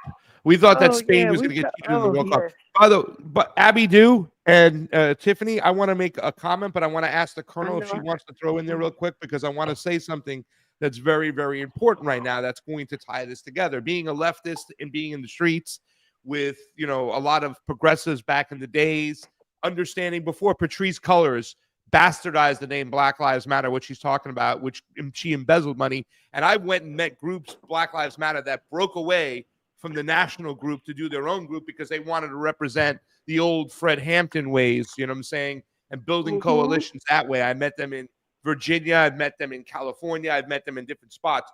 But Colonel, do you have anything to say? Because I want to kind of tie this together. And Abby, you can tell me if I'm on the mark. Same with Tiffany, whatnot. But can I do so, or do you have something to say? Yeah, go ahead and do so. I did have something to say to Colonel as well, but go ahead. No, I mean, I agree with what's being said here. And I think the power, the real power that we, the people, have is in our 93% of things that we agree on. And they're afraid of that. The state, the government, the oligarchy is frightened of that. They cannot tolerate us communicating with each other and sharing our shared experiences and our shared values. So they don't want that. And the government takes our money and then propagandizes us, and apparently abroad too, as we saw in Morocco and with this Morocco-Spain thing, take our money to separate people. And I, as a libertarian, would like them not to take our money and stop separating people. That's what we have to do. And I think it's wonderful I'm so glad that Abby, that you talked about the origin of woke, because it is so true. It meant something very wonderful, something that we should all do. And it has now been made to be a word that separates people. And it shouldn't, because we should embrace that concept and embrace the word. But if you embrace the word now, half the country will shut you down because you say woke, or you say I'm woke. Oh no, we know what that means. No, you don't know what that means. But the government. Yeah. All right, listen to me on this one. And I want you to have a curiosity to find it out. There's no curiosity anymore. It's just like, I'm just going to let people tell me what I'm supposed to believe. You have a smartphone in your hand. Yeah. It's so easy. Well, now we got to be careful with the information they're feeding us too, because they're feeding us the information, right? So we got to even check the. But you're right. You're absolutely right. And people buy into this tribal cultish behavior, what they're told what to be upset about, and they do that. But let me say this much, because I'm going to explain something here. Bobby, who is RFK, is the reason why his movement died more than anything is because of his stance on Israel-Palestine, right? And that's where I kind of asked him that situation. At the end of the day, the guy who's leading the Children's Health Defense Network can't be sincere if he doesn't care about children in Gaza. That's just the bottom line, and it really ruined him on a lot of things. Also, his stance on the border, and I've questioned him about this before. I was just in Peru. In Peru, in one of the parks in Miraflores, there is a plaque of JFK. RFK had talked about the fact that his uncle, his father, had more streets named in Latin America than any president of all time or any senator of all time. And this is true. Why? Because JFK and RFK would put themselves on the side of the poor, right? They would do the work out there. They would understand that there's a stigma, but they would go into the inner cities. RFK, his father, you can see them talking to Black poor families, ask them if they know about the government assistance program. They were walking the walk and talking the talk. Bobby didn't do that.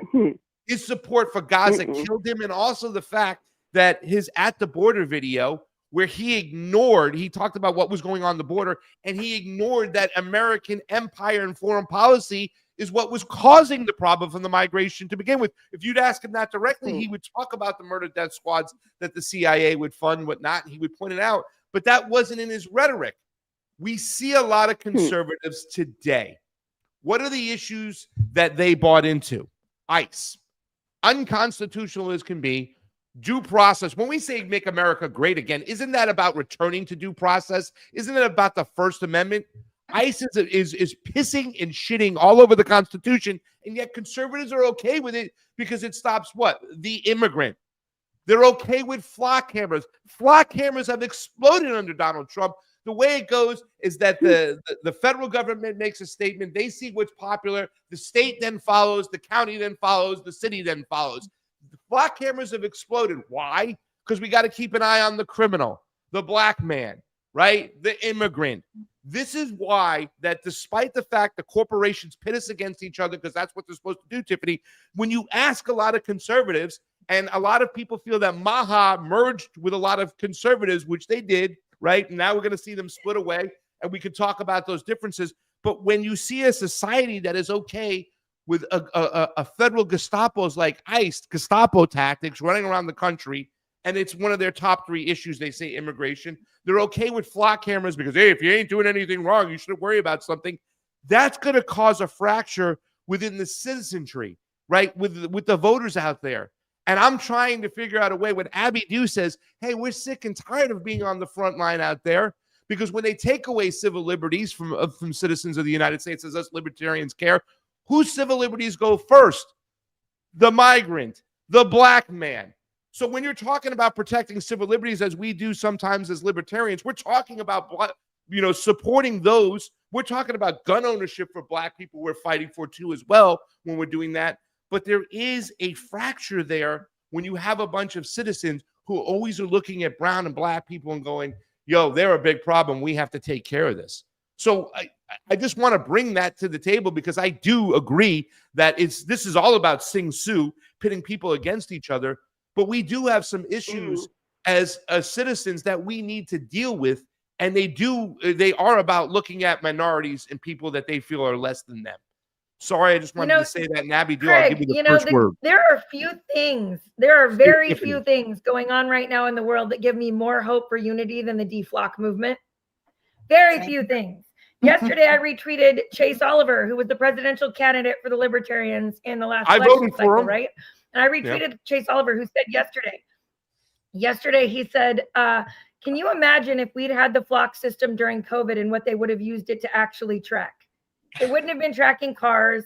It wouldn't have been tracking crime. It wouldn't have been tracking murder. No, it would have been tracking whether or not you left your house and you were an authorized employee, whether or not you went to church, whether or not you chose to take your child to a doctor they didn't approve of. And that's how they would have tracked you. And I retweeted him yesterday. Okay, that's what I retweeted. But the deflock movement right now is giving me immense hope, because it is a unifying issue. And people are coming at it from every angle and rising up in mass in communities all across America. And there are a lot of issues that people can get behind that are really motivating people. Data centers are doing similar things. The rise of AI and the surveillance state are motivating people in ways that we haven't seen in a really long time. Trust and believe a black flag is probably loading at the CIA right now to divide us on these issues. But I've got to say, right this minute, I'm seeing a lot of opportunity for unity, a lot across the board, left, right, middle. I'm seeing it. Yeah. Go ahead, Abby. Miss Tiffany, did you see that that lady who was trying to get away from her abusive boyfriend, and she was pregnant? Are you talking about the police officer down in Georgia that was stalking her? I don't think no. Those are different accounts where they're finding that a lot of police officers are using the technology to stalk their girlfriends and their wives. But this one is a lady who was trying to get an abortion, which is where this happened. There were 6 that were fired. Well, okay. Well, he called the police on her because she was fleeing the state to go to a state that doesn't ban abortions. They tracked her with 83,000 flock cameras all the way across the country to pick her up. So Abuse You should Google it. by the police is going to be one of the biggest issues that will continue to rise up, and people are going to find more and more cases where police officers and members that have access are going to use it to do things that are improper. But anything that it's being used for is improper. Americans have a right to travel anywhere they want in this country without believing they're being surveilled at all times. You know, didn't Trump run in his first term against the Chinese surveillance state? Didn't he do that, Craig? Wasn't that Trump's? Didn't Trump say that surveillance state in China was a reason that he had to be an American president? That was one of his claims. Well, I mean, back in 2016. Taught us that. Edward Snowden taught us that. Yes, he did. The technology has progressed even more. You know, down in Savannah, Georgia, they just fired 6 people, and one of them was a man. Hold on a second, Tiffany. Go ahead, Abby. I'm sorry. I'm getting like a ton of feedback, guys. Okay. Oh yeah, and I get excited too, Tiffany. Like I'm. We got excited people on this show and stuff. Yeah. I was just saying that you know, Edward Snowden taught us that when it was just like in our homes, our TVs, our computers, and stuff like that. But now they can track everything in your vehicle, including the air pressure on your tires, and they just track you from every camera to the next and drop the data off at the data center. Mm-hmm. That's crazy. And now in 2027, our cars will have a kill switch. Yeah. That's right. Sure will. The new cars. Sure will. Yeah. The new cars. Yep. I don't want a 2020. Don't get a 2027. They will just stop you and be like, wait for the police. Teslas do that now. Yeah. But listen, I wanted to Oh, can I say 2 more things? Yeah, I wanted to address Colonel about. Oh damn! I want to address Colonel about Tucker Carlson, if that's okay. Yeah. Okay. And then at the end, I just wanted to say something, and then I'm hanging up. Okay. Say something real quick about Fred Hampton's quote. All right. So, Colonel, you were talking about Tucker Carlson. Like, yes, it's free speech. But my concern is they have people like Tucker Carlson, Megyn Kelly, Don Lemon, all these people who quote unquote got fired. But I think they left purposely to go into independent media to combat all of the strides that independent media has been making with regular people in this country. And they have to grift that they aren't still trying to corral you back to a certain place. Yeah, I mean, I think that is a justifiable suspicion. That could well be happening. And I remember not even too long ago when Joe Kent came out of the counterterrorism position. You know, he was a Trump appointee and Trump supporter, you know, all that.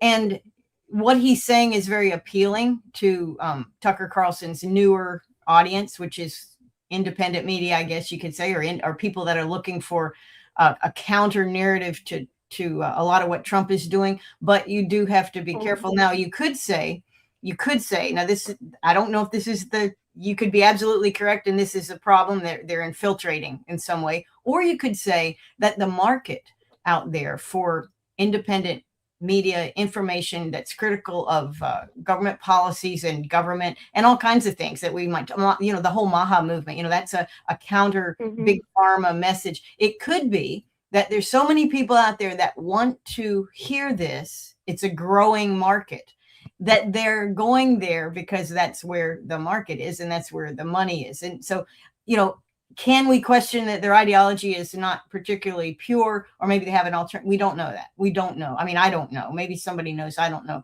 But it's also a sign that there's a whole bunch of people out there that are kind of like where we are. We're looking for history. We're looking for honesty. We're looking for a critique. We're looking for alternatives. We're looking to find, hey, wait a minute. They're telling us we're all separate. We're divided into these 2 terrible parties. Maybe we're not. Maybe we're 93% all together on so many things. And maybe, just maybe, we have power. So if there's enough people out there that feel that way, and I do believe that the people are, and the flock movement tells you, okay, that it tells you that we are with each other, because I'm seeing so much craziness on the internet where people are saying, I vouch for that guy. You gonna arrest this guy for doing something at 12 noon? No, he was having lunch with me. I swear to it. And me and my 20 friends were gonna. And when we go to, if you put us on a jury, we're gonna jury nullify that crap. We are going to say, you know what? This guy may well have done something to a flock camera, and we find him innocent. That's what we're going to see more and more of. And that's all of us. That's why they don't want a jury of your peers. That's right. That's right. That's why they're worried about the jury when it comes to Mangione and with Tyler Robinson. Yes, they're worried about the same thing. That's right. Yeah. So it's possible that I know I've been up here long enough. Oh, I'm sorry. No, I don't want to take up too much of your time because I know I've been up here long enough, and I want to give other people a chance. And so, thank you so much for your time. But didn't you have a final statement you wanted to make, Abby? You said one final statement, so make the statement on the way out. And the quote and then we'll talk when you hang up. The quote of Fred Hampton, Sr., Black power to Black people, brown power to brown people, yellow power to yellow people, white power to white people, but not the same as that, that old school white power. This is the new school white power. And we are revolutionaries. Say it with me now. And that's we are revolutionaries. I'll say it. I am proletariat. I love Fred Hampton, some of the greatest. And that speech that she said, too, as well, it was all the power to all the people. That was the Rainbow Coalition. Fred Hampton, who was the chairman of the board, right? He was the head of I believe, the Chicago, Illinois Black Panther Party. He would go into the poor areas and talk to poor white people and show, the Latin areas, bring all these people together. Something we've kind of talked about and we're hoping about. But I do think there are things that need to be examined, and that was what Abby Dew brought to the show. It's also underreported that he created the first free breakfast and lunch programs for children in poor neighborhoods to lift them out of poverty and give them nutrition. They said he stole some ice cream, and they put him in jail for like 60 days or something. They killed him when he was 18 years old, 19 years old, I believe. He was 20. I thought he was like 21. Was he? I don't know. I thought so. He was very young. He was 21. They got him. They were I think you're right, Josh. Yeah. We got another call coming. They killed Malcolm X when he came back from Mecca, and he started talking about class issues. I think one of his famous things he said, he goes, and I don't care who wants to fight me, as long as we're fighting against this oppressive government and those in power who would take advantage of that power. Do we have another caller? We do. Caller, who are you? Where are you calling from? Oh, it's Dave from Melbourne, bro. Oh, Dave from Melbourne. You got Tiffany Cianci and Lieutenant Colonel Karen Kwiatkowski ready for you, Dave. Okay, so my question is mostly for Ms. Chianti. Hope I said your name right. As a modern libertarian and someone who worked with Bobby Kennedy Jr., what are his takes on geoengineering and the sun dimming project that Trump not only fully supported, but tried to name after himself in 2016? These are direct threats to our health on the daily, and I don't see the Trump administration doing anything but ramping up stratospheric aerosol injection and the ongoing sun dimming project. So isn't this whole Maha thing just a giant Ponzi scheme and an ad campaign? It's a good question. So first of all, I want to make very clear, I have never worked for Bobby Kennedy. I was offered jobs in the administration and I turned them all down. What I did do was interview him on my show several times, and I went on his show several times, and I wrote 2 white papers for him on regulation of private equity and the divestment of housing from private equity to help restore the ability to access homeownership for the young people in America. So I've never worked for Bobby Kennedy. I have not, but I did like a lot of his ideas, and I did talk to him about a lot of things that I thought were really important to the American people. I can't say, and I can't speak for what his policies are. What I can tell you is that I have seen very clear, like, it's not even like a conspiracy theory anymore, right? We all know that when Sean Ryan's show is having on the people that are up there spraying aerosols into the atmosphere, that we've got real problems, especially when they have on somebody that says they were spraying right over Texas 2 days before it flooded and killed, 60 little girls in a camp or whatever, right? He's like, we stopped the day before it would have mattered. Like, those are concerns. What is it that Alex Jones said a couple weeks or a couple months ago? He said, like, the trajectory of conspiracy theory to mainstream media coverage is about 6 weeks right now. And so he said, I'm batting 990 out of 1,000 or something. Yeah, right. I don't know what his policies are on it. And I don't think he can do anything about it because that would be the EPA. And the EPA is run right now by Bear Monsanto. And you've got the EPA, the USDA, and all of the things that actually control the environment. HHS has nothing to do with that. I wouldn't think he can do a thing about that. Yeah. But acknowledgement is big. Starting a global. So I wish I had a good answer for you. I don't. Important. Yeah. Starting a national conversation. Acknowledgement is big. Yeah. And let me say this much. I don't support it. I don't think it's right. I don't think it's good. Yeah. So Dave, I was planning on trying to get an interview with Bobby Kennedy. I swear to you, I was going to ask him about geoengineering. It was in my questions, and I strategically planted it in my interview process so that I would, talk about something he was comfortable with, get him flowing, and then hit him with that question. And that was the first, kind of off the cuff question, that I was going to ask him. I never got the chance. Stephanie never let me do it because I asked him his stance on Israel-Palestine in New Hampshire, and I was punished for that, for doing so. But yes, yeah, I'd be interested to see what he had to say about it too, as well. So, well, I mean, it just seems to me like it's a giant setup for a fail because we have this humiliation ritual with Fauci. Trump suddenly not touting the COVID vaxes anymore. But meanwhile, through the same aerosolization system, we've got Gates since at least 2018 as the head of the aerosolized vaccine lobby.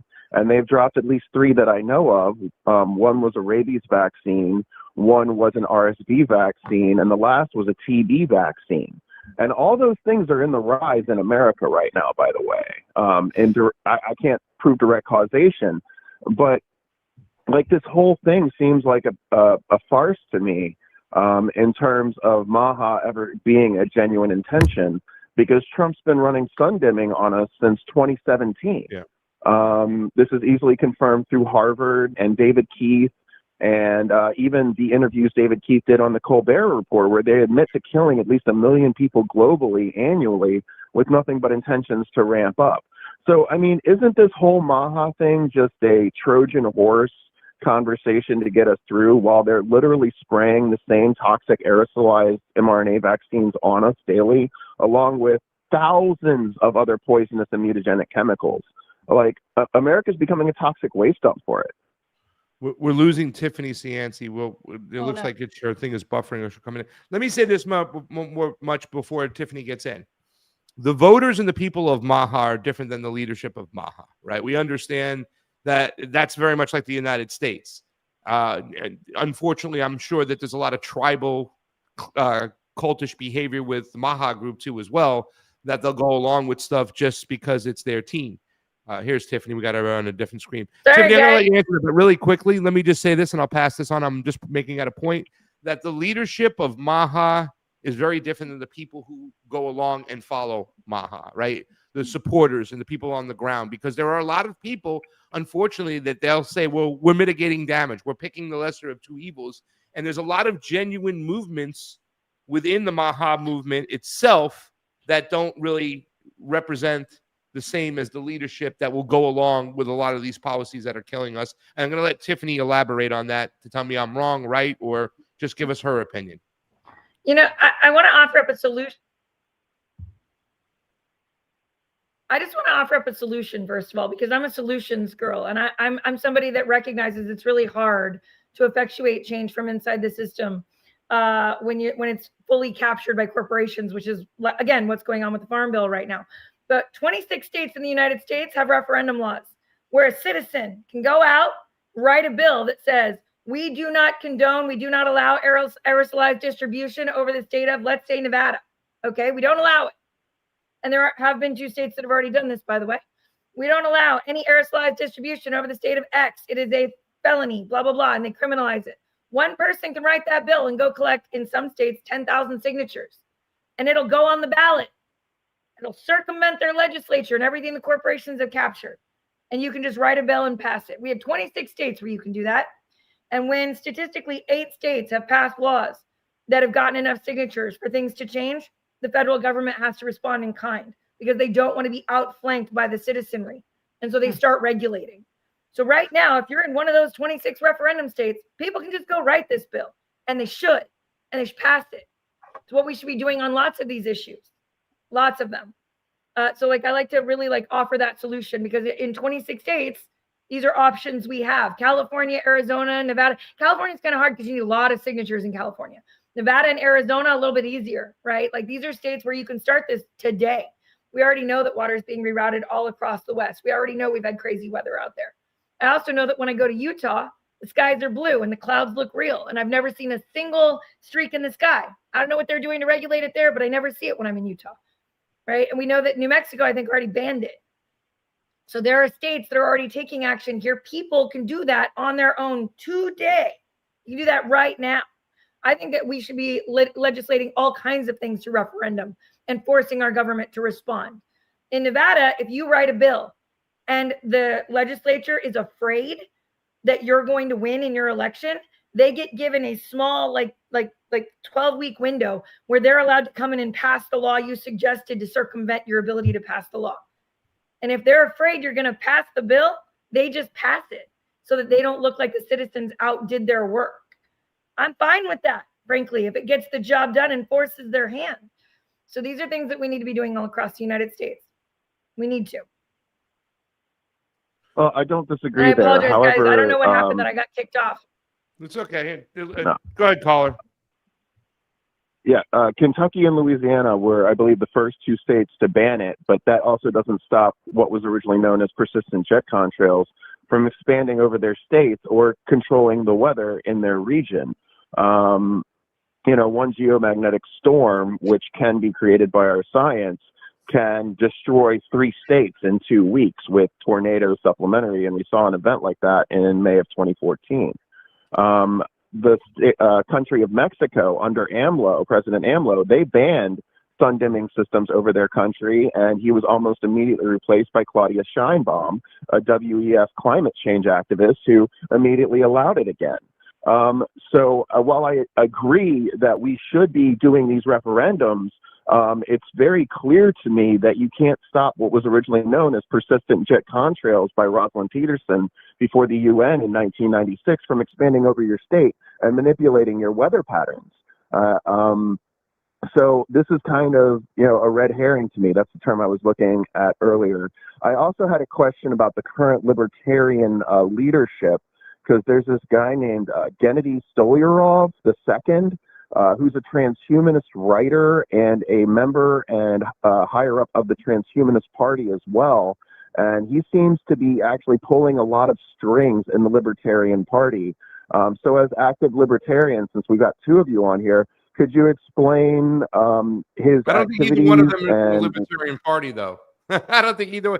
I think he's libertarian-minded like myself. Like I call myself a leftist libertarian. Oh, okay. That's different. I would say I'm post-partisan. I don't trust any of them. Fascist. Same here. I voted for I'm Chase with Oliver. Tiffany. I'm sorry. Yeah, it's okay.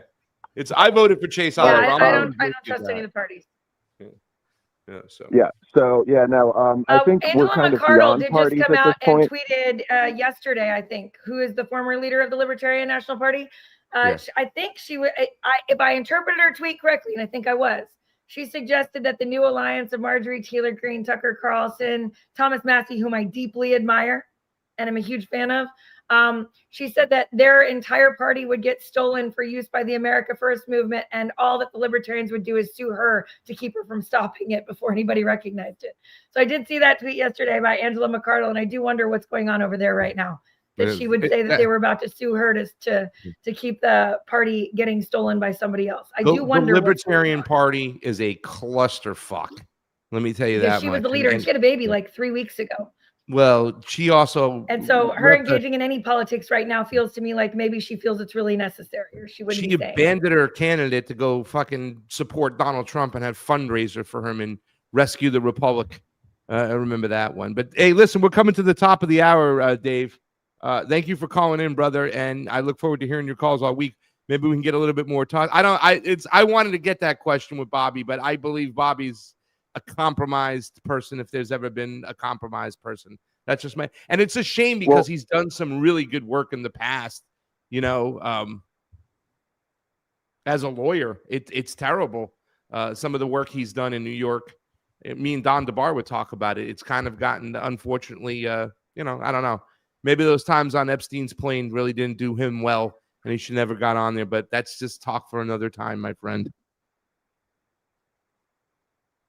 Well, I appreciate you guys feeling my questions, and I just want to, especially, I like what Abadog said about how all these things are affecting the Black community, because I grew up in the inner city amongst the Black community, and a lot of those people were my friends and peers growing up, my intellectual superiors in a lot of cases, and I always thought it was insane how it was just kind of expected that people in those neighborhoods would fail and fall to drug addiction and the things that were put upon them through the ghettoification of America, which was very systemic.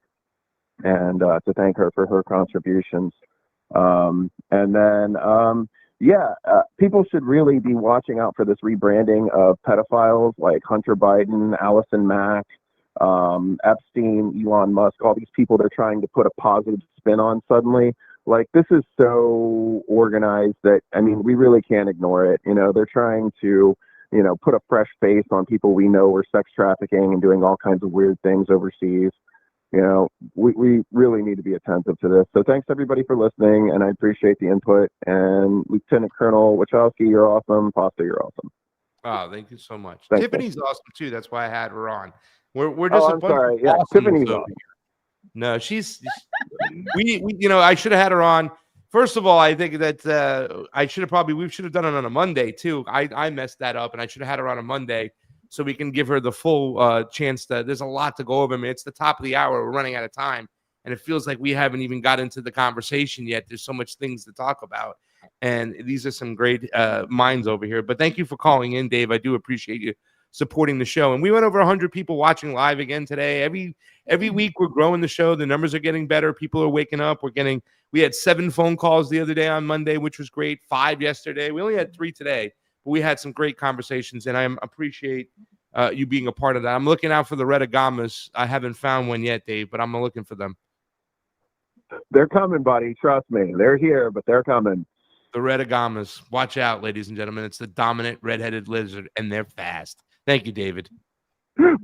Later. So we are at the top of the hour. We're going to do our goodbyes right now. We're going to let everybody know where they can find us, what they can do.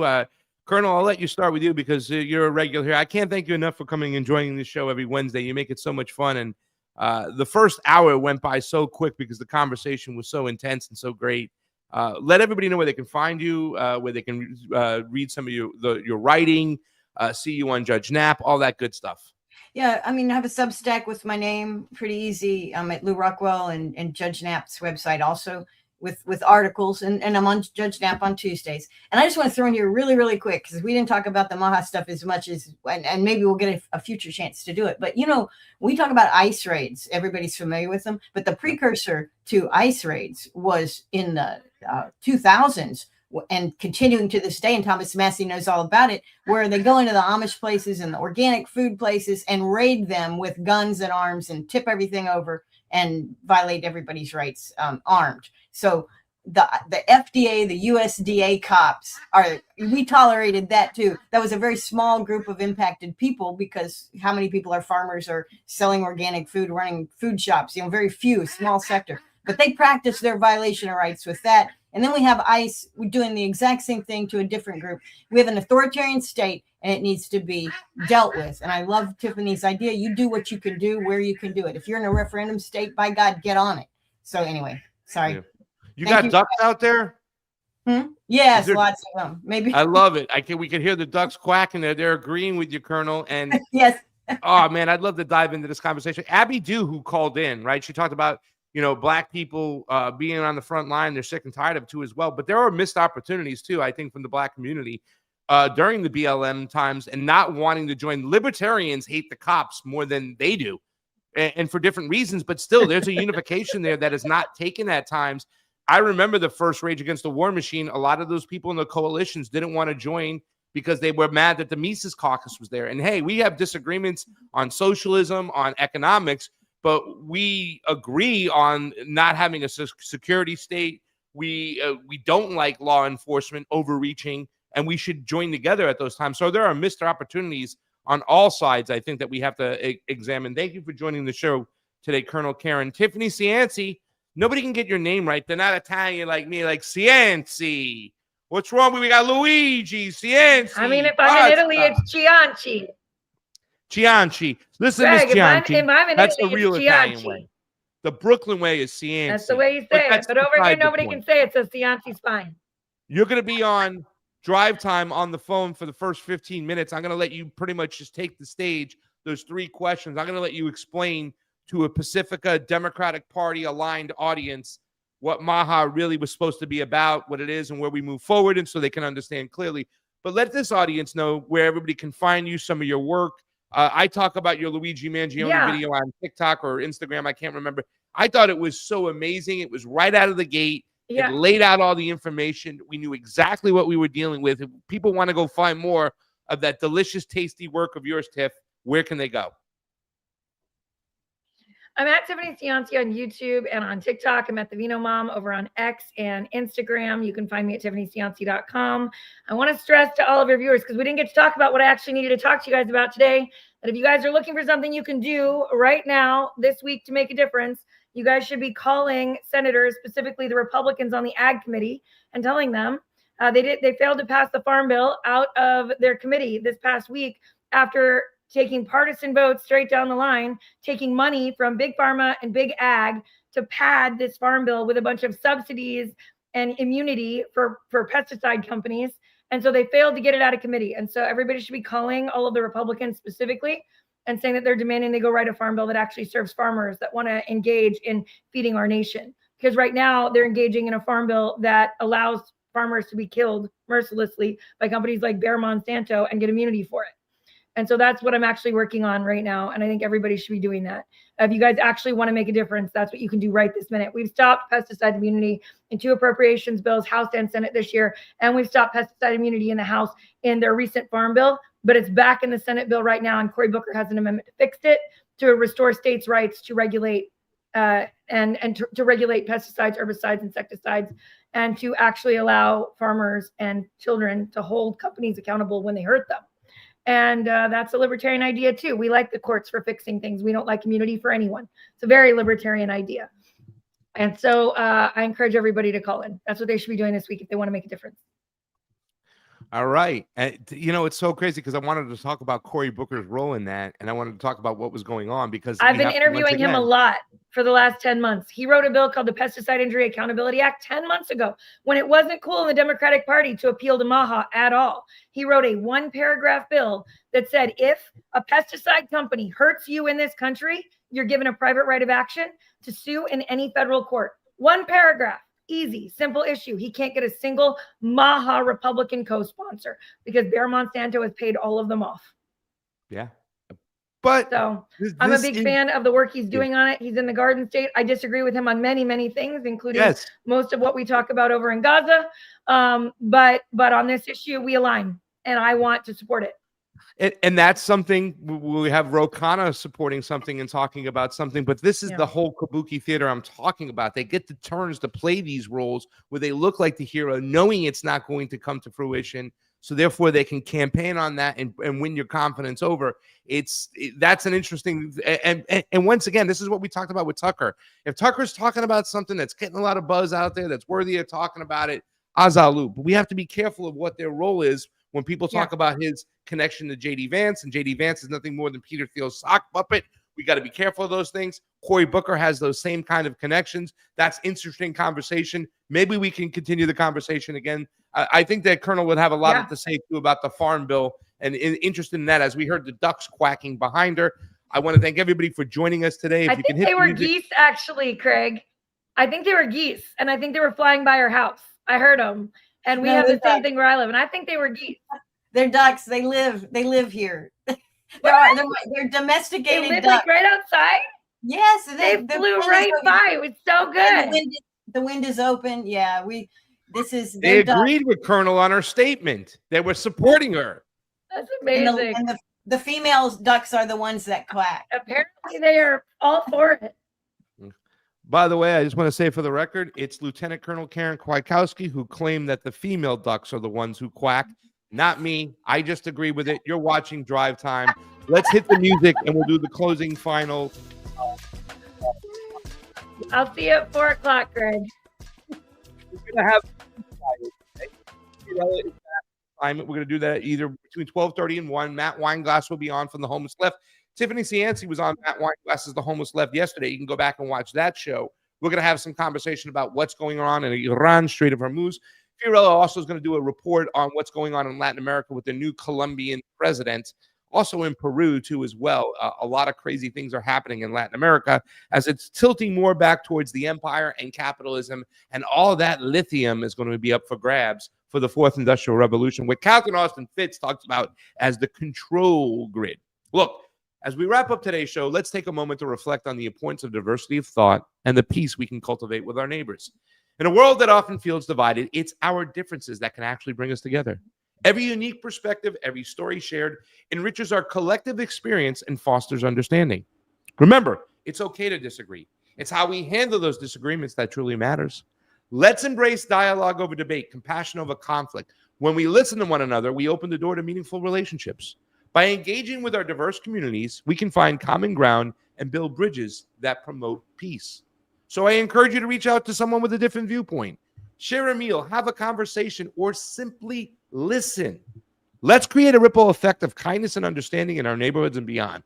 Hey, thank you for tuning in today. And remember, together, we can celebrate our diversity and pave the way for a brighter, more peaceful future. So until next time, let's keep the dialogue flowing and keep that peace growing. I want to thank Wesley from Florida, Abby Dew from Louisiana, Dave from Melbourne, our guest today, Tiffany Cianci. I want to thank Colonel Karen Kwiatkowski and all you lovely people out there in the chat for holding it down with great conversations. A special thanks to our producer, Gabrielle Freedom, who's been there all day, as well as Sleepy J, Josh, who's been kind of quietly hanging back today. He's probably on his Mountain Dew right now. He's our engineer, our co-host, our everything. And I want to thank you all. I love you all. Come watch The Truth Wire in a couple hours. And until then, we'll see you tomorrow with Kyle Anzalone, the big ragu on Drive Time. I love you all, and peace.